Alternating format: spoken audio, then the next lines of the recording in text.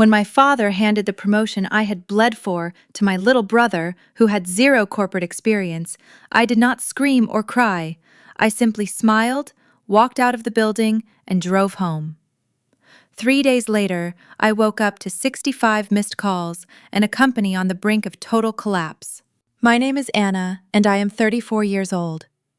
For the past 7 years, I poured every ounce of my energy into Vanguard Logistics, my family company based in downtown Chicago. I missed weddings, canceled vacations, and worked through illness to keep our operations running smoothly. I was the senior operations manager, but in reality, I was the one holding the entire business together. The glass-walled conference room on the 40th floor offered a stunning view of the city skyline, but on that particular Tuesday morning, the air inside felt suffocating. I sat across the polished mahogany table from my father, Lawrence, who served as the chief executive officer. Beside him sat my older brother, Harrison, the vice president of sales. I had been called into this meeting under the premise of discussing our quarterly projections and finalizing the restructuring of the department. More importantly, this was supposed to be the day I officially received my promotion to Director of Operations. A massive milestone. I had the required metrics, the vital client relationships, and the proven track record to back it up. Perfectly. I had prepared a flawless presentation folder for each of them, detailing our recent efficiency gains and my strategy for the upcoming fiscal year. I wore my best tailored suit, feeling a sense of quiet pride. I had earned this moment. My father cleared his throat, adjusting his expensive tie before sliding a thick, cream-colored envelope across the table toward me. He had a proud, almost self-congratulatory smile on his face. I reached out and took the envelope, feeling a surge of anticipation. This was it. The validation of my endless late nights and sacrificed weekends. But as I slid the heavy cardstock out of the envelope and read the printed words, my heart completely stopped. The paper was an official company announcement for the new director of operations, but it did not have my name on it. Instead, the bold black letters spelled out the name of my 27-year-old younger brother, Preston. I stared at the paper, reading the name over and over again, trying to make the letters rearrange themselves into something that made sense. Preston had just returned from a 2-year spiritual retreat in Costa Rica. He had never worked a single day in corporate logistics. My younger brother had spent the last 24 months posting pictures of himself drinking coconut water on the beach, funded entirely by my father. He had absolutely zero corporate experience, no degree in business or supply chain management, and certainly no understanding of how Vanguard Logistics actually functioned.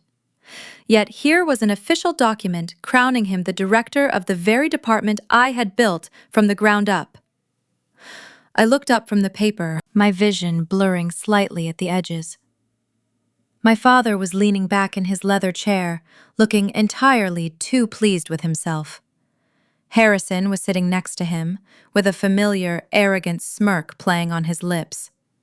Neither of them looked apologetic. In fact, they looked expectant, as if waiting for me to congratulate them on this brilliant decision. I forced myself to take a slow, steady breath. I refused to let them see my hands shake. I placed the paper gently back onto the table and looked directly into my father's eyes. I asked him quietly to explain the reasoning behind this decision. I asked him to walk me through the metrics and the performance evaluations that led him to conclude that Preston was qualified to run our most complex operational division. My father did not even have the grace to look uncomfortable. He simply waved his hand in the air, a dismissive gesture I had seen him use 1,000 times when brushing off something he considered unimportant. He told me that family businesses require a certain kind of outward-facing leadership. Before he could finish his empty corporate jargon, Harrison leaned forward and interrupted. My older brother rested his elbows on the table and looked at me with cold condescension. He told me that the director of operations role requires aggressive, masculine networking. Those were his exact words. aggressive, masculine networking. He went on to say that the executive board needed someone with a bold vision to handle the high-stakes client dinners and the tough negotiations. Then Harrison delivered the final crushing blow. He looked me up and down and stated that I was simply too emotional for executive leadership. He claimed I was too bogged down in administrative details and daily grunt work to see the big picture. He actually smiled as he suggested that my true value to the company was staying exactly where I was, managing the paperwork so Preston could focus on being the face of the brand. The sheer audacity of his words hung in the quiet conference room. I was too emotional, yet I was the one sitting in complete terrifying silence while they expected me to accept being passed over for a job I was already doing. I looked back and forth between the two men who were supposed to be my family. For my entire life, I had contorted myself to fit their expectations. I had accepted lower pay, worked twice as hard, and constantly deferred the credit to my father and Harrison just to keep the peace. I had believed that if I just proved myself enough, if I just made the company successful enough, they would eventually have to respect me. Sitting in that glass-walled room, the bitter truth finally crystallized in my mind. They were never going to respect me. To them, I was not a daughter or a sister, and I was certainly not an equal. I was a workhorse. I was a convenient, quiet machine they could use to generate profit while they handed the glory to the men in the family. The golden child was always going to win, no matter how incompetent he was. I felt a sudden, strange sense of absolute clarity wash over me. The anxiety and the desperate need for their approval simply evaporated, replaced by a cold, calculating calm that I had never experienced before in my entire life. I did not raise my voice. I did not shed a single tear. I did not argue about fairness or remind them of the millions of dollars my routing protocols had saved the company last quarter. Arguing with them would only validate their deeply flawed belief that I was acting out of irrational emotion. Instead, I maintained steady, unwavering eye contact with my father. I slowly reached down into my leather tote bag resting on the floor beside my chair. My own fingers brushed past my wallet and my keys, finally settling on a perfectly crisp, folded document. This specific document represented everything I had sacrificed and everything they had so casually ignored. It was a tangible piece of my ultimate independence, carefully crafted to ensure I would never be put in this humiliating position again. I had spent countless hours making sure every single detail was legally perfect and completely devastating to them. But before I pulled it out into the open, before I crossed the point of no return, I needed to give my father one last chance to show a shred of business sense. I left my hand resting inside my tote bag, my fingers gripping the edge of the hidden document, and I asked him a very simple, practical question. I kept my voice completely level. I asked my father how, exactly, Preston was planning to manage the automated routing system. I reminded them both that this proprietary software currently processed 80% of Vanguard Logistics' daily freight. It was the digital nervous system of the entire company, handling complex algorithms that calculated load distributions, driver schedules, fuel optimization, and real-time weather tracking across the entire Midwest. It was not a simple spreadsheet. It was a highly sophisticated technical infrastructure that required constant monitoring, strategic adjustments, and a deep understanding of supply chain logistics. Preston had not even managed a personal calendar for the past 2 years, let alone a multi-million-dollar digital logistics grid. I watched my father face waiting for a flicker of realization, or perhaps a moment of hesitation. Instead, Lawrence just sighed loudly, leaning forward and steepling his fingers on the polished wood of the conference table. He looked at me with the weary patience of a parent dealing with an overly anxious toddler. He waved his hand dismissively through the air, completely brushing aside the very system that kept his company out of bankruptcy. He told me I was overcomplicating things. He called the entire automated routing protocol mere data entry. He actually used those words, data entry. He smiled a patronizing smile and said that Preston would not need to worry his head with the tedious, boring background tasks because that was what I was there for. My father laid out his grand vision for the department right there in front of me. He explained that I would simply stay in my current role as Senior Operations Manager. I would continue doing the exact same grueling technical work I had been doing for years, but now I would report directly to my younger brother. He expected me to act as Preston's personal tutor. I was supposed to walk him through the daily operations, teach him how to click the right buttons, and essentially do his job for him behind the scenes while he took the title, the executive salary, and all the public credit. My father finished his explanation by leaning back in his expensive chair and offering a warm, paternal smile. He told me that this was a great opportunity for us to bond as siblings. He said that family supports family, and it was my absolute duty as the older sister to help elevate my brother into his rightful place in the company hierarchy. The sheer manipulation in his voice made my chest tighten. Family supports family. It was his favorite catchphrase, but in our house, it only ever flowed in one direction. It meant I supported them. It meant my hard work supported Preston extended vacations. It meant my late nights supported Harrison's lavish executive bonuses. It meant my silent, unwavering dedication supported my father's fragile ego and his failing business strategies. When I did not immediately nod and agree to his outrageous demand, the warm paternal smile vanished from my father's face.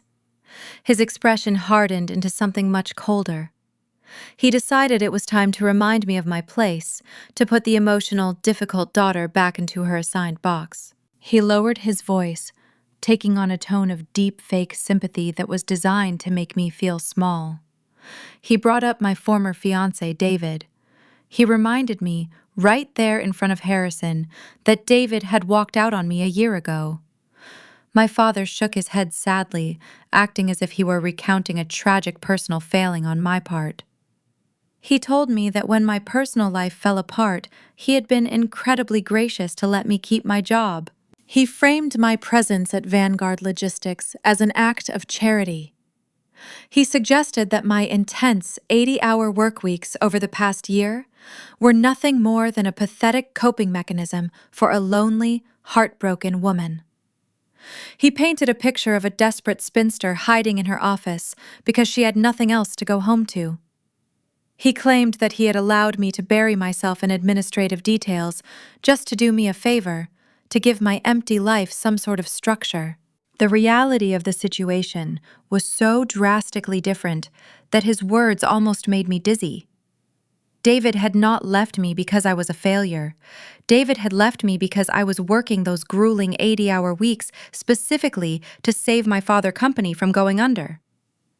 When Vanguard lost two of its biggest accounts 18 months ago due to Harrison's aggressive, careless networking, the company was bleeding money. We were months away from massive layoffs. I had canceled my own wedding planning, canceled my vacations, and stayed in the office until midnight, every single night, to build the automated routing system from scratch. I built the software that streamlined our overhead, secured our remaining clients, and eventually doubled our profit margins. I sacrificed my own relationship and my own physical health to keep my family business alive. And now, sitting in this beautiful sunlit boardroom, my father was weaponizing that exact sacrifice against me. He was taking the deepest heartbreak of my life and twisting it to justify stripping me of my rightful promotion. He was using my dedication as proof of my emotional instability. He was completely erasing my financial contributions and reducing my professional excellence to the sad hobby of a jilted woman. Harrison chimed in, nodding eagerly in agreement with our father. He added that the board had discussed my situation at length. He said they all felt terrible for me, but they had to make objective business decisions. He told me that putting me in a high-stress executive role right now would be irresponsible of them. He actually tried to frame giving my job to our completely inexperienced brother as an act of mercy toward my fragile mental state. I sat perfectly still, letting their words wash over me. I felt the last remaining invisible thread tying me to this family snap. For 34 years, I had held on to the naive hope that if I just performed perfectly, if I just proved my loyalty and my competence beyond any shadow of a doubt, my father would finally see me. I thought that saving his company would be enough. I thought that putting his needs above my own happiness would finally earn me a seat at the table. But looking at his arrogant, ungrateful face, the truth was undeniable. My father would never respect me. He would never see me as anything more than a useful tool, a convenient scapegoat, and a tireless servant to the men in his life. He did not value my mind. He did not appreciate my sacrifice, and he certainly did not care about my future. He only cared about what he could extract from me to benefit his golden child. The cold, calculating calm that had settled over me earlier solidified into a permanent resolve. I did not need to scream or defend myself. I did not need to explain my value to men who were committed to misunderstanding me. They wanted an aggressive masculine vision. They wanted a bold, unfeeling business strategy. They were about to get exactly what they asked for, just not in the way they expected. I looked at my father, and I stopped trying to earn his love. I stopped being the dutiful, quiet daughter holding up a crumbling empire. I let go of the guilt, the anxiety, and the desperate need for their validation. I was completely, finally free. I kept my eyes locked on his as I tightened my grip on the crisp envelope hidden inside my bag. With a smooth, deliberate motion, I pulled the single sheet of paper from my tote and brought it up into the light of the boardroom. I slowly slid the thick, cream-colored paper across the polished mahogany table. The letter was not a desperate counteroffer. It was my formal, immediate, and irrevocable letter of resignation, effective as of this exact moment in time. I watched my father look down at the heavy cardstock. He did not reach for the paper right away. Instead, he frowned deeply, as if the mere presence of an unauthorized document on his pristine conference table was a profound insult to his absolute authority. Harrison leaned over and read the bold, stark text printed clearly at the top of the page. When the reality of the words finally registered in his mind, Harrison let out a sharp, mocking bark of laughter that shattered the silence. My father quickly followed suit. Lawrence picked up the paper and shook his head in pure disbelief. He tossed the letter back onto the table with a careless flick of his wrist. He actually chuckled, a deep, rumbling sound that filled the room with his overwhelming, suffocating arrogance. He told me that this was nothing but a pathetic bluff. He said it was exactly the kind of hysterical, emotional stunt he expected from someone who was clearly not mature enough to handle the heavy pressures of executive leadership. He accused me of throwing a childish tantrum simply because I was not getting my way regarding the promotion I felt I deserved. Harrison chimed in immediately, his voice dripping with that familiar, toxic sibling rivalry he had nurtured since childhood. He reminded me that I had spent my entire adult life operating under the protective, forgiving umbrella of Vanguard Logistics. He told me that the real corporate world out there was a brutal, unforgiving place, and that without the family safety net to catch me, I would not last a single week. He insisted that other real companies did not care about my endless working hours, my personal sacrifices, or my blind dedication. Harrison said that nobody in the highly competitive Chicago logistics network would ever hire me once they found out I abandoned my own family company in a sudden fit of misplaced irrational jealousy. They were both so incredibly certain that I was permanently trapped. They truly believed that my entire identity and my entire future were inextricably tied to their goodwill and their paychecks. I sat perfectly still in my chair and simply let them talk. I did not waste my breath defending my flawless resume, and I did not bother pointing out that the Chicago Logistics Network already knew exactly who was actually running the daily operations at Vanguard. I just watched them, carefully absorbing every cruel word, without letting it penetrate my calm exterior. When my father finally realized that his condescending laughter and Harrison's bitter insults were not eliciting the tearful apology or the desperate backtracking they fully expected, his entire demeanor shifted.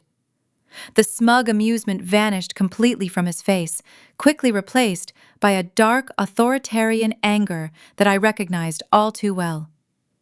He placed both his hands flat on the polished table and leaned toward me, his voice dropping into a low, threatening register designed to invoke fear. He decided it was time to deploy his ultimate weapon against me. The one thing he consistently used to keep every single person in this family firmly under his absolute control. He decided to use his money to force my compliance. My father looked me dead in the eyes and told me that if I walked out of this glass-walled conference room today, I would be leaving with absolutely nothing to my name. He stated, his voice devoid of any parental warmth, that he would call his aggressive corporate attorneys before my elevator even reached the ground floor lobby. He promised to entirely cut me out of the family trust, erasing my name completely from the generational wealth he loved to constantly dangle over my head like a prize I had to continuously earn. Furthermore, he threatened to instantly void all of my accumulated corporate shares and Vanguard Logistics shares I had earned through years of literal blood, sweat, and tears. He painted a vivid, terrifying picture of total financial ruin. He wanted me to picture myself broke, unemployed, and completely isolated from the comfortable lifestyle I had grown accustomed to over the years. He pointed a stern finger at me and told me to sit back down in my chair and tear up the resignation letter immediately and get back to my desk to do my job before he did something we would both deeply regret. He gave me a final, non-negotiable ultimatum, demanding my absolute submission and unwavering obedience in exchange for my continued financial security. That was the exact moment it finally happened. After a lifetime of constantly shrinking myself to make them comfortable, of apologizing for my own ambition, and of living in perpetual fear of my father's wrath, a genuine, undeniable smile spread slowly across my face. It was not a polite, socially acceptable smile, and it was certainly not a submissive or fearful one. It was a cold, terrifying smile, born of absolute, untouchable freedom. My father blinked rapidly, momentarily thrown completely off balance by my unexpected reaction. He had expected me to crumble under the weight of his threats. He had fully expected me to break down and beg for my corporate shares and my place in the family trust. Instead, I looked him right in the eye, my expression completely serene, and told him to keep them. I told him he could keep the family trust, the corporate shares, the executive titles, and every single penny he foolishly thought he owned my loyalty with.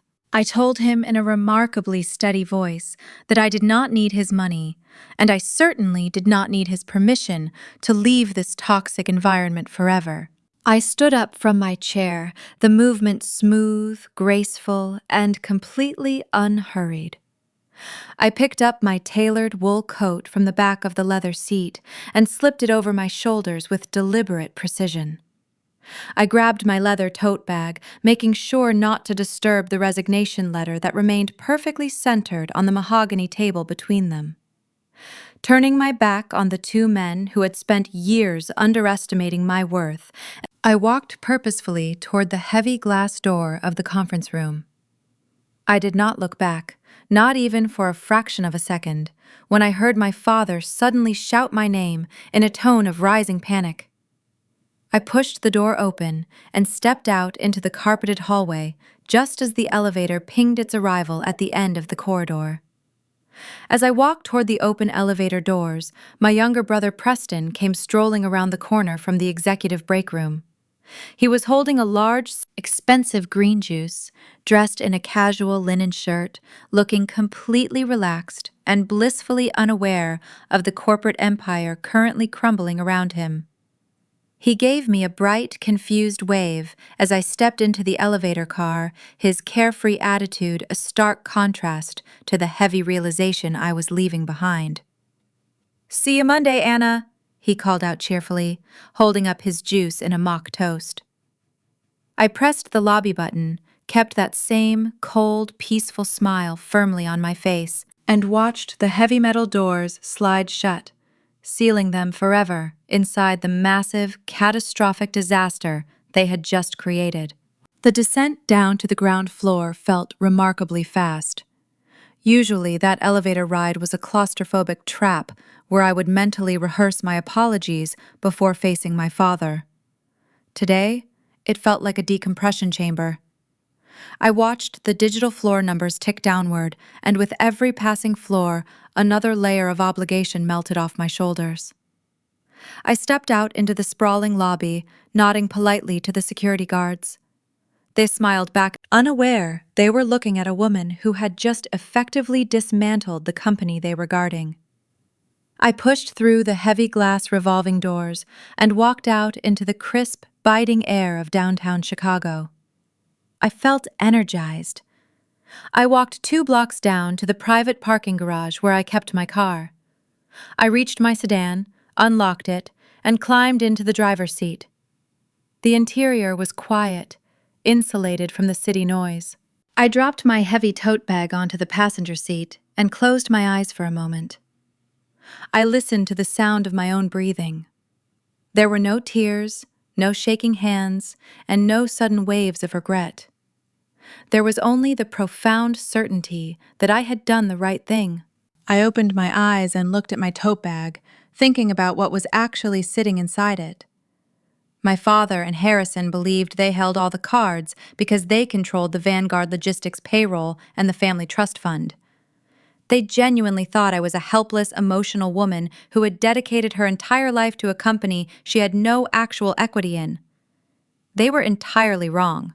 The proprietary automated routing system that currently processed 80% of Vanguard daily freight did not belong to Vanguard Logistics.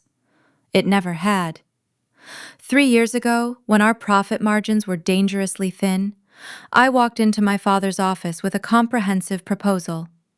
I presented him with a detailed blueprint for a software program that could completely revolutionize our supply chain, cut our fuel costs by 30%, and automate the dispatching process. I begged him to fund the development. I showed him the projected return on investment. My father barely glanced at the proposal before sliding it back across his desk.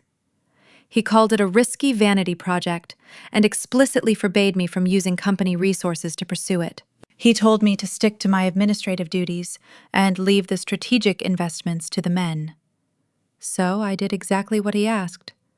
I left company resources completely out of it. I hired a team of freelance developers using my own personal savings. I spent every single weekend and countless sleepless nights designing, testing, and perfecting the software architecture on my own time. I registered the software under my own independent limited liability company, a business entity completely separate from my family. When the software was finally ready and undeniably flawless, I deployed a small-scale test run that immediately saved Vanguard hundreds of thousands of dollars in a single week. Suddenly, my father changed his tune. He wanted the software integrated across the entire company immediately. But because he had explicitly refused to fund its development, he had no legal claim to the intellectual property. To keep things moving quickly, and because he arrogantly assumed I would never dare cross him, he signed a standard month-to-month licensing agreement with my independent company. He allowed me to install the system on Vanguard servers, but the underlying code, the proprietary algorithms, and the ultimate access rights remained strictly mine.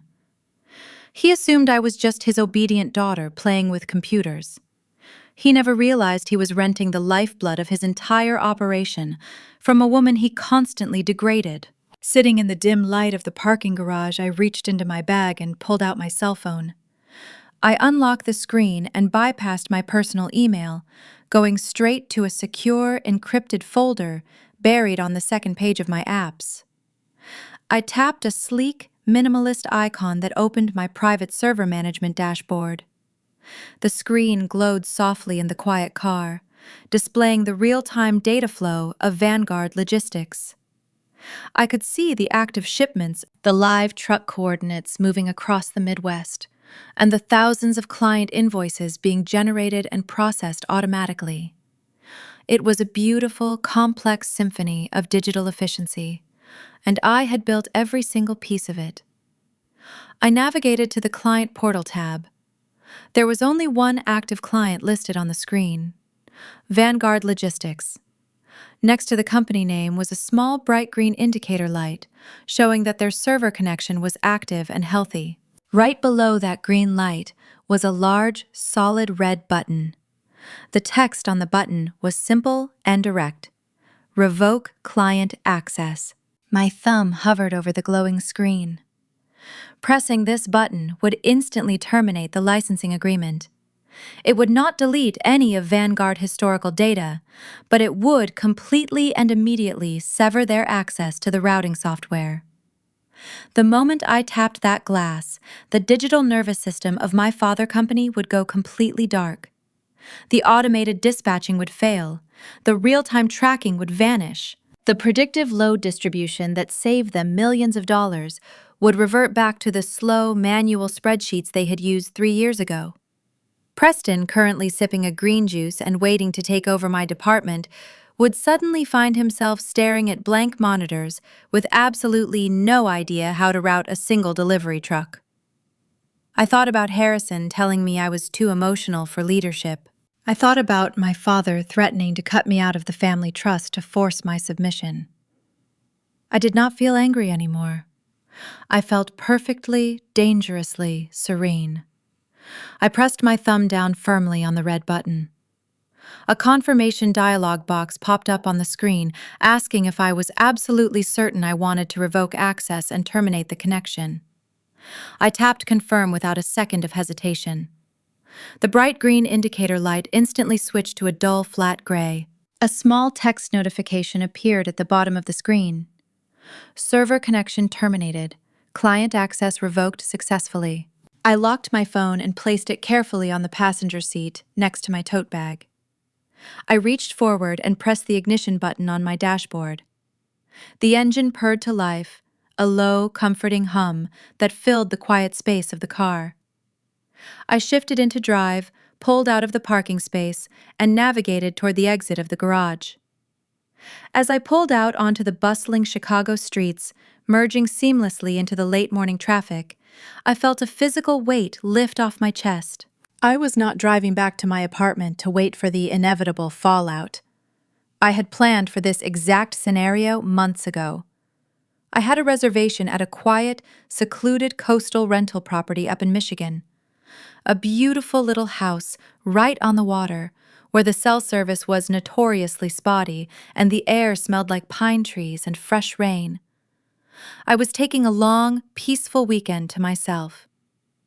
I merged onto the highway, the city skyline beginning to shrink in my rearview mirror. The road ahead was wide open and completely clear. I reached over, picked up my cell phone one last time, and toggled the physical switch on the side. The screen went dark, and the phone was entirely on silent. 3 days later, I sat on the weathered porch of the Michigan rental with both hands wrapped around a mug of coffee. The lake stretched beyond the railing, and pine branches moved softly above the roof. For the first time in years, there was no alarm ringing before dawn, no dispatcher calling about a stranded truck, and no message from Harrison demanding that I repair a crisis he had created. I had slept almost 10 uninterrupted hours. The silence felt less like an absence and more like medicine. My phone had remained on the small table beside the porch door since I arrived. I had enabled Do Not Disturb and refused to look at the screen. Whatever happened at Vanguard no longer belonged to me. Their license had ended legally. Their director had been selected proudly, Their executive team had insisted the routing system was nothing more than data entry. I let them prove those claims without my interference at all. By late morning, curiosity finally outweighed discipline. I set my mug down and picked up the phone. The battery was nearly full because I had barely touched it. I swiped across the screen and disabled Do Not Disturb. For half a second, nothing happened. Then the device began vibrating so violently in my hand that I nearly dropped it. Notification banners poured down the screen faster than I could read them. The operating system froze under the volume of alerts. When the screen returned, the numbers were almost comical. 65 missed calls, 140 text messages. There were 18 voicemails from my father, 14 from Harrison, 9 from Patricia, 7 from Preston, and the rest from managers, dispatchers, drivers, vendors, and clients. Several had called from personal numbers. My email icon carried a red badge with more than 300 unread messages. The family that predicted I would fail without Vanguard had not survived 3 business days without me. I opened the messages chronologically and reconstructed the collapse. The first texts had arrived less than 20 minutes after I revoked access. A dispatcher named Luis wrote that every automated route on the Midwest board had vanished. Another manager asked whether the blank dashboard was part of a scheduled update. 10 minutes later, Harrison sent a command written entirely in capital letters, ordering me to restore the system before my father learned about the outage. The message was followed by another one, accusing me of changing company passwords. Then came a string of increasingly frantic demands for administrator credentials that did not exist. By noon on the first day, trucks were idling at warehouses from Illinois to Ohio because no one knew which loads had priority. Drivers were receiving contradictory instructions from 3 different managers. Fuel authorizations were duplicated. Refrigerated freight sat too long at 2 loading docks because Preston reassigned the available trailers to a lower priority account whose representative he had met once at a resort in Costa Rica. He apparently believed personal charm could replace load sequencing. The second day was worse. Preston attempted to rebuild the dispatch board in a spreadsheet, but he sorted the shipment identification column as text instead of numbers. Hundreds of loads were placed out of sequence.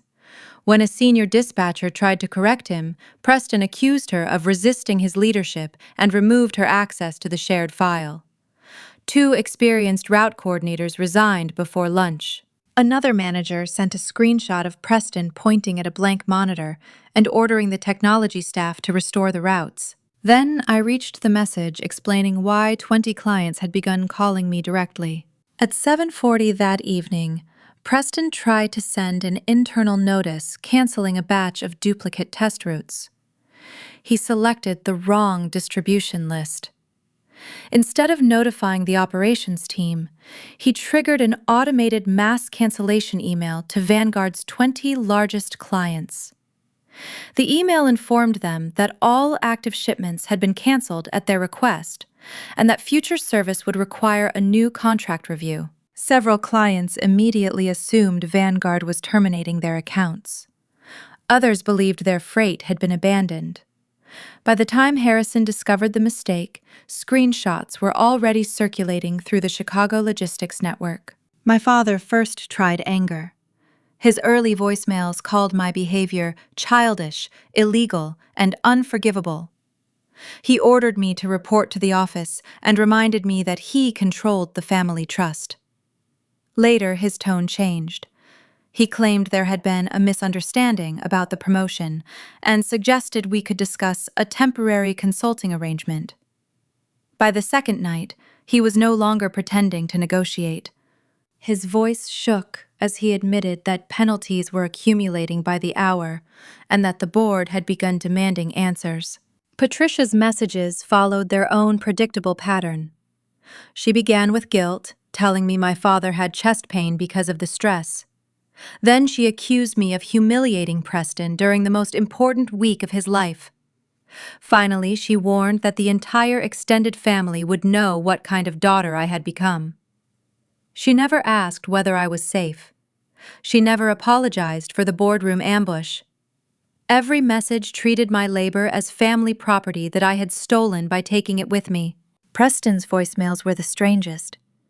In the first one, he laughed nervously and asked me to call because the screens were acting weird. In the second, he told me Dad said I had to explain which button restarted the program. By the fifth, he was openly panicking. He admitted he did not understand driver hour limits. His final message blamed me for setting him up to fail, as though I had forced him to accept a job he had never earned. I listened without satisfaction. None of the chaos resulted from damaged data or malicious interference. Vanguard still possessed every historical record it owned. The company simply no longer had access to my active software, exactly as the month-to-month license permitted. Their crisis revealed the truth my family had spent years hiding. They had built no backup system, trained no successor, and invested in no internal technical capability because they assumed I would always surrender. The final voicemail was from Harrison. It had arrived 12 minutes earlier. Unlike his previous messages, he was speaking quietly, which made the threat beneath his words more obvious. He said they were done asking. He said Lawrence, Patricia, and he had driven to my apartment building in Chicago and were waiting in the lobby. They had already pressured the concierge to disclose whether I was inside. If I did not return immediately, Harrison promised they would remain there, contact my neighbors, and make certain everyone in the building understood that I was sabotaging my own family. I replayed the message once, because I wanted every word preserved. Then I forwarded the voicemail, the threatening texts, and the building information to Monica. She called me within minutes. By the time the lake wind had cooled my untouched coffee, she had helped me file an emergency harassment petition online and had sent copies of the temporary order to my email. I went inside, packed my bag, and checked out of the rental. The peaceful weekend was over, but I was no longer the woman who had fled 3 days earlier. I was not going back to repair Vanguard. I was going back to make one fact absolutely clear. Leaving their company did not give them the right to invade my home. I packed my bags and drove back to Chicago. The highway blurred past my windows as I mentally prepared for the confrontation. Harrison had made it clear in his final voicemail that they were camped out at my apartment building. They were not calling to apologize for giving my job away. They were calling because Vanguard Logistics was bleeding money by the minute, and they desperately needed their obedient workhorse back in the harness. I did not rush my drive. I stopped for breakfast at a diner. I let them sit in the lobby of my building and stew in their own manufactured crisis. When I finally pulled into the secure underground parking garage of my high-rise, my heart rate remained steady. I took the private residential elevator up to the ground floor, clutching my heavy leather tote bag. The polished brass doors slid open with a soft chime to reveal the expansive marble-floored lobby of my building. I stepped out into the open space and saw them immediately. They were huddled together on a velvet sofa near the concierge desk, looking entirely out of place in the modern decor. My father, Lawrence, was pacing back and forth across the rug, his face flushed an angry red. Harrison was furiously typing on his cell phone, his tailored suit looking rumpled. My mother, Patricia, sat rigidly on the edge of the cushion, nervously twisting her wedding band around her finger. The moment the elevator chimed, all 3 of their heads snapped in my direction. Patricia launched herself off the velvet sofa and rushed across the lobby toward me, her heels clicking sharply against the polished marble floor. She bypassed any normal familial greeting and went straight into her practiced theatrical performance. Her eyes were already brimming with manufactured tears as she reached out, attempting to grab my forearm. I took a deliberate step back, letting her hands grasp empty air. Patricia let out a dramatic, wounded gasp, as if my physical boundary was a physical strike. She demanded to know where I had been hiding, while the entire family was in a state of absolute panic. Without waiting for my answer, she launched into a vicious emotional tirade. She accused me of deliberately trying to destroy my father's health. She claimed Lawrence had not slept in 3 days and his blood pressure was dangerously high because of the unimaginable stress I had selfishly placed on his shoulders. Then, she shifted her focus to her precious golden child. She raised her voice, ensuring the concierge and a few passing residents could hear her performance. She told me that I was maliciously ruining Preston's big debut as a corporate director. She demanded that I march upstairs to my apartment right this second, log on to my computer, and undo whatever childish sabotage I had committed against them. Before I could process the sheer delusion of her words, Harrison stepped forward, physically blocking my path to the residential elevators. He shoved his phone into his pocket and glared at me with pure, unfiltered entitlement. He went straight to giving orders. He pointed a rigid finger at my chest and demanded that I hand over the master passwords to the company servers right now. He told me they had hired an emergency tech consultant who was currently sitting in the Vanguard IT department, charging them $500 an hour, and needed my master login credentials to bypass the security lockout. I stared at my older brother, struck by his profound ignorance. He was the vice president of a logistics company, yet he completely failed to understand that Vanguard did not own the software they were trying to unlock. He genuinely believed that I had simply changed a password on a company computer out of petty spite. He had absolutely no comprehension of the fact that the proprietary algorithms, the cloud infrastructure, and the entire database management system belonged exclusively to my independent limited liability company. I did not owe them a password because they did not own the door they were trying to open. I told Harrison in a quiet, even voice that there were no passwords to give him. I explained that Vanguard licensing agreement had been terminated upon my resignation, and they no longer had any legal authorization to access my private servers. My father lost whatever patience he had left. Lawrence shoved his way past my mother and brother, closing the physical distance between us until he was standing mere inches from my face. He used his height and his broad shoulders to cast a dark shadow over me. A physical intimidation tactic he had relied on to control me since I was a little girl. His breathing was heavy, and I could smell the stale coffee and pure stress radiating off his suit. He spoke through gritted teeth, his voice a dangerous rumble that echoed off the marble walls. He ordered me to stop playing these ridiculous legal games with his livelihood. He told me that I was a Vanguard employee, that I was his daughter, and that I belonged to him and his company. He commanded me to get upstairs, turn the automated routing system back on immediately, and report to the downtown office on Monday morning to face the severe consequences of my insubordination. He threatened to have the building security drag me up to my own apartment if I refused to comply. He treated me not as a professional businesswoman, but as a disobedient child who needed to be forcefully dragged back into the family home. He truly thought that if he just bullied me hard enough, if he just loomed over me and raised his voice, I would shrink back into the compliant workhorse I had always been. I did not shrink. I did not step back. I held my ground and looked directly into my father's furious, bloodshot eyes. I felt absolutely nothing for the man standing in front of me. The fear that used to paralyze me in his presence had completely evaporated, replaced by a solid wall of resolve. I slowly reached into my leather tote bag.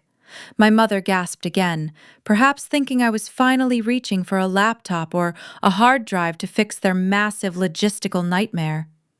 Instead, I pulled out a neat, stapled stack of legal documents. I turned my body slightly, breaking my father's line of intimidation, and walked calmly over to the polished wooden desk of the building concierge. The concierge, a young man, who had been watching the aggressive exchange with wide eyes, stood up straighter as I approached. I placed the stack of papers on the marble counter and slid them toward him. I told him in a clear voice that these were copies of an emergency restraining order I had filed online with the Chicago court system that morning. The documents listed Lawrence Harrison and Patricia as individuals legally barred from approaching me or entering my residential building. I turned to my family. Their expressions had shifted from entitled rage to absolute stunned silence. I looked at my father and delivered my final ultimatum. I told them they had exactly 5 minutes to walk out the front doors of this building. I promised them that if they were still standing in this lobby when the clock hit 5 minutes, I would instruct the concierge to call the police, and I would press formal charges for criminal harassment without a single ounce of hesitation. The threat of police intervention should have ended the confrontation. Instead, it stripped away the last trace of my mother's performance. Patricia's tears vanished so quickly that the change would have been almost impressive if it had not been so familiar. Her shoulders straightened, her mouth tightened. The grieving mother disappeared, replaced by the strategist who had enforced my father's control for decades. She told the concierge there was a misunderstanding, then turned back to me. Her voice dropped so the residents near the elevators could not hear every word. She said I was behaving recklessly because I believed I had options. According to her, that illusion would end the moment I checked my bank account. Patricia reminded me of the joint savings account my parents had required me to maintain since college. Lawrence had always described it as a family safeguard. My paychecks had once been deposited there automatically, and even after I opened separate accounts, he insisted that I keep a substantial emergency balance under all 3 names. He claimed it allowed the family to protect me if I became sick or made an emotional financial decision. In reality, it gave my parents a window into my private life and a lever they could pull whenever obedience failed. My mother lifted her chin and announced that she and Lawrence had frozen the account that morning. She said every available dollar was now locked until I restored the routing system. Then she smiled with open cruelty and told me I had no money to hire lawyers, pay my mortgage, or survive a prolonged fight. She said I would be penniless by the end of the month and that no court order could protect me from the consequences of abandoning the people who had financed my life. Harrison immediately looked more confident. He stepped closer to Patricia and told me the legal bills alone would destroy me. He claimed Vanguard could keep a lawsuit active for years, bury my LLC in discovery demands, and make every prospective employer afraid to touch me. Preston was not present, but the 3 people in front of me were still using his promotion as justification for treating my work, my savings, and my future as family property. For several seconds, I simply stared at them. Then I laughed. It was not a loud or theatrical laugh. It escaped before I could stop it because their final weapon was already useless. Patricia's expression faltered. Lawrence stopped pacing. Harrison looked at my father as if one of them had missed an important piece of information. I told my mother to open the banking application and look carefully at the balance. Her fingers moved quickly over her phone. The confidence on her face held for only a moment. Then her eyes widened. $500 remained in the account.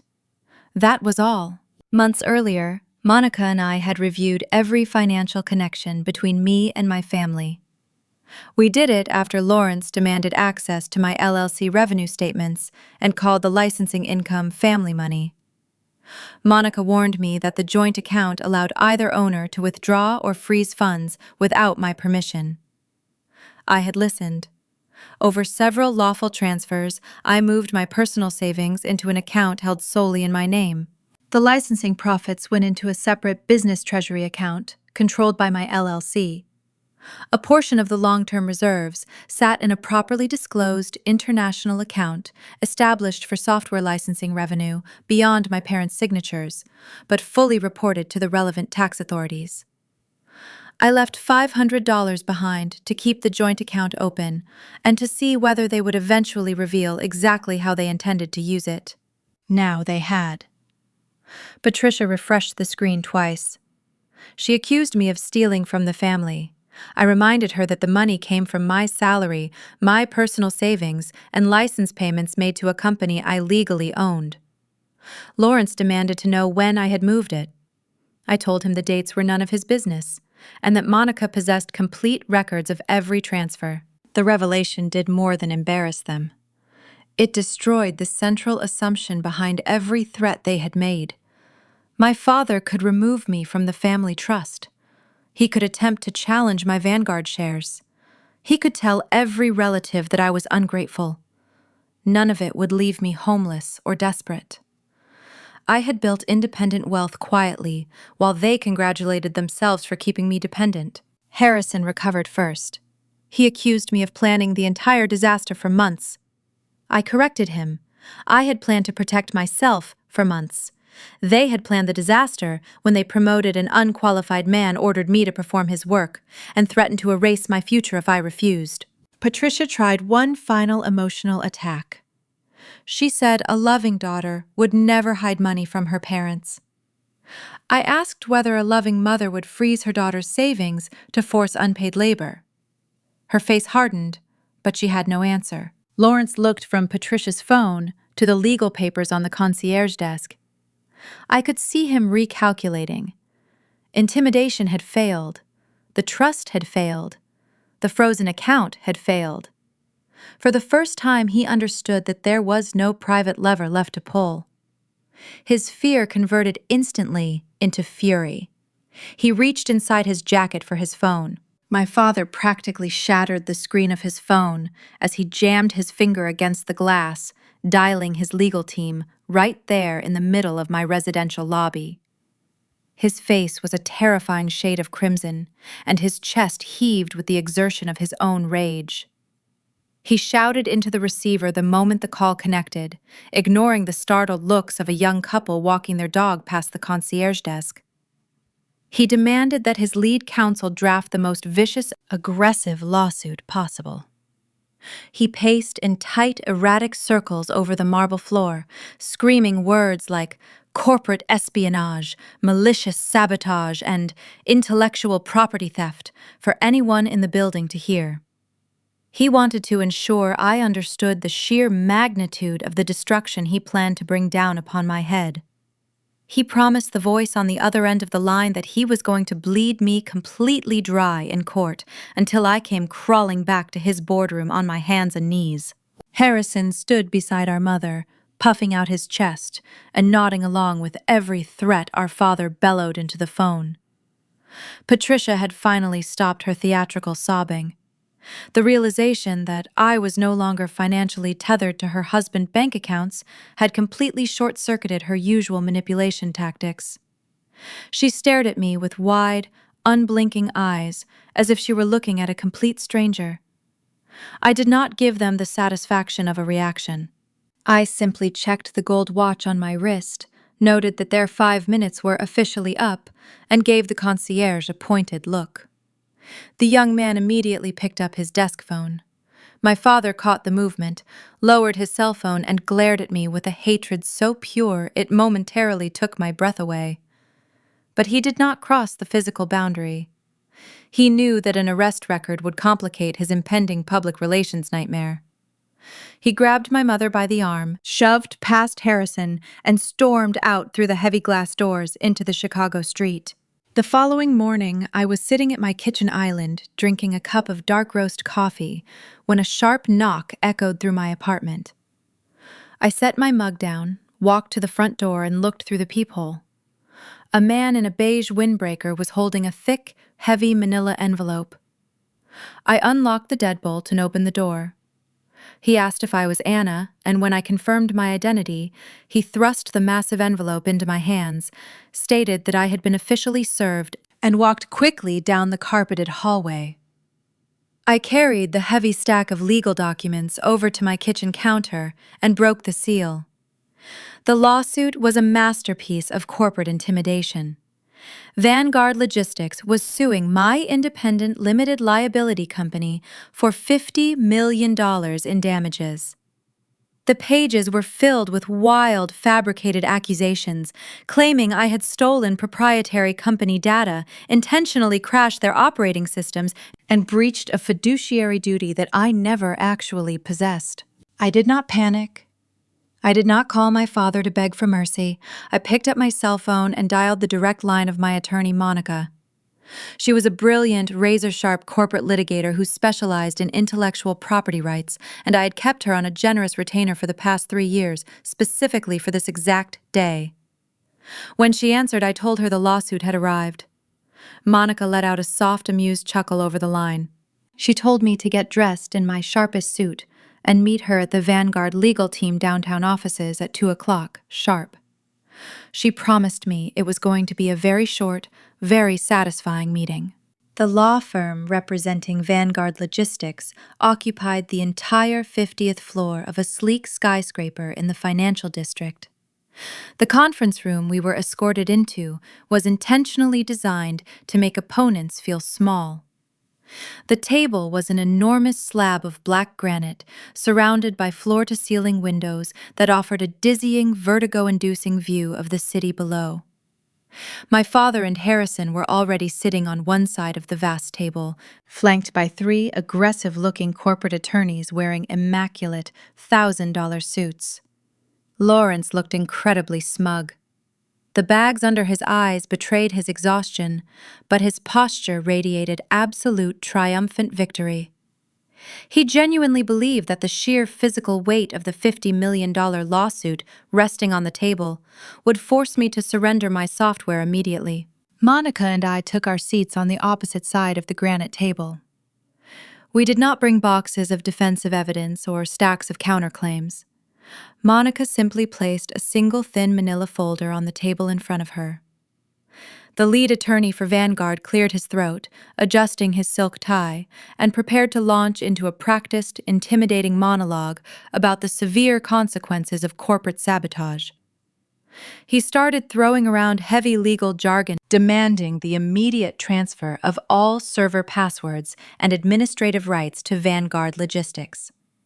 He stated that if I cooperated fully and turned the routing software back on within the hour, my father might graciously consider dropping the multi-million-dollar damages claim. Monica raised her hand, silencing the expensive lawyer with effortless authority. She leaned forward, resting her forearms on the cold granite. She told the opposing counsel that, before we discussed any transfers of data or intellectual property, she wanted to draw their attention to a specific, legally binding document executed 3 years prior. She opened her thin folder, pulled out a single sheet of paper, and slid it across the vast table toward the lead attorney. My father scoffed loudly, crossing his arms over his chest. He told Monica that whatever silly piece of paper she was holding did not override the fact that I was an employee who had stolen company property.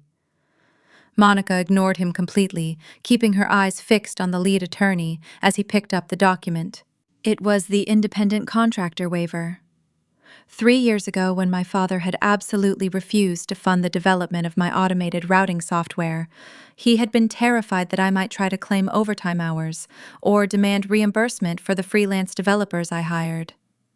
To protect his own wallet, Lawrence had his legal team draft an ironclad waiver.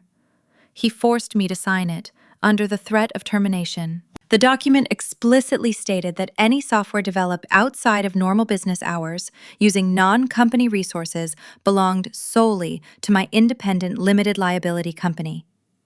More importantly, the waiver contained a harsh, legally binding clause specifically stating that Vanguard Logistics claimed 0 ownership, 0 liability, and 0 operational rights over my intellectual property.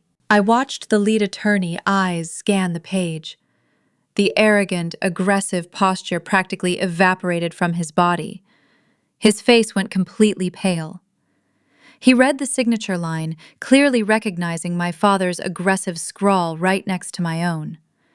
He lowered the paper slowly, looking at Lawrence with an expression of profound, barely concealed horror. The lawyer realized in an instant that Vanguard Logistics had absolutely no legal leg to stand on. They were suing me for stealing a system that my father had legally and permanently signed away any right to. Harrison leaned over to look at the paper, his brow furrowed in confusion. He asked his expensive lawyer what the problem was. The attorney ignored Harrison and turned to my father, his voice tight and strained. He informed Lawrence that this waiver completely nullified their entire lawsuit. He stated that moving forward with a $50 million claim for intellectual property theft would not only result in an immediate dismissal, but it would also open Vanguard Logistics up to a massive countersuit for malicious prosecution. My father's face dropped. The smug, triumphant satisfaction vanished, replaced by a sudden, suffocating panic. He stared at the piece of paper that he had forced me to sign, realizing that his own greed and his refusal to invest in my talent had just destroyed his only legal weapon. He looked across the granite table at me, his mouth opening and closing as he struggled to find a way out of the trap he had built for himself. He stammered, demanding that we tear up the old waiver and negotiate a new purchase agreement for the software right this second.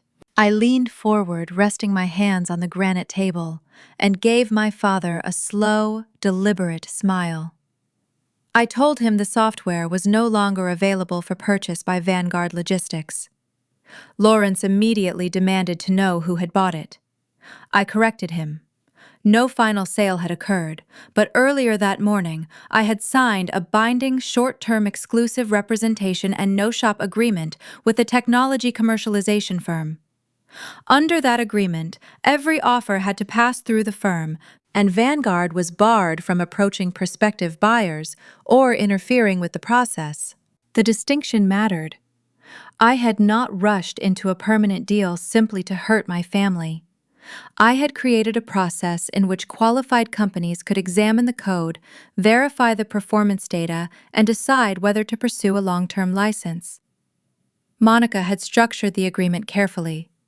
If a qualified buyer completed diligence, we could finalize an exclusive contract. If none did, the software would return to market under terms I controlled.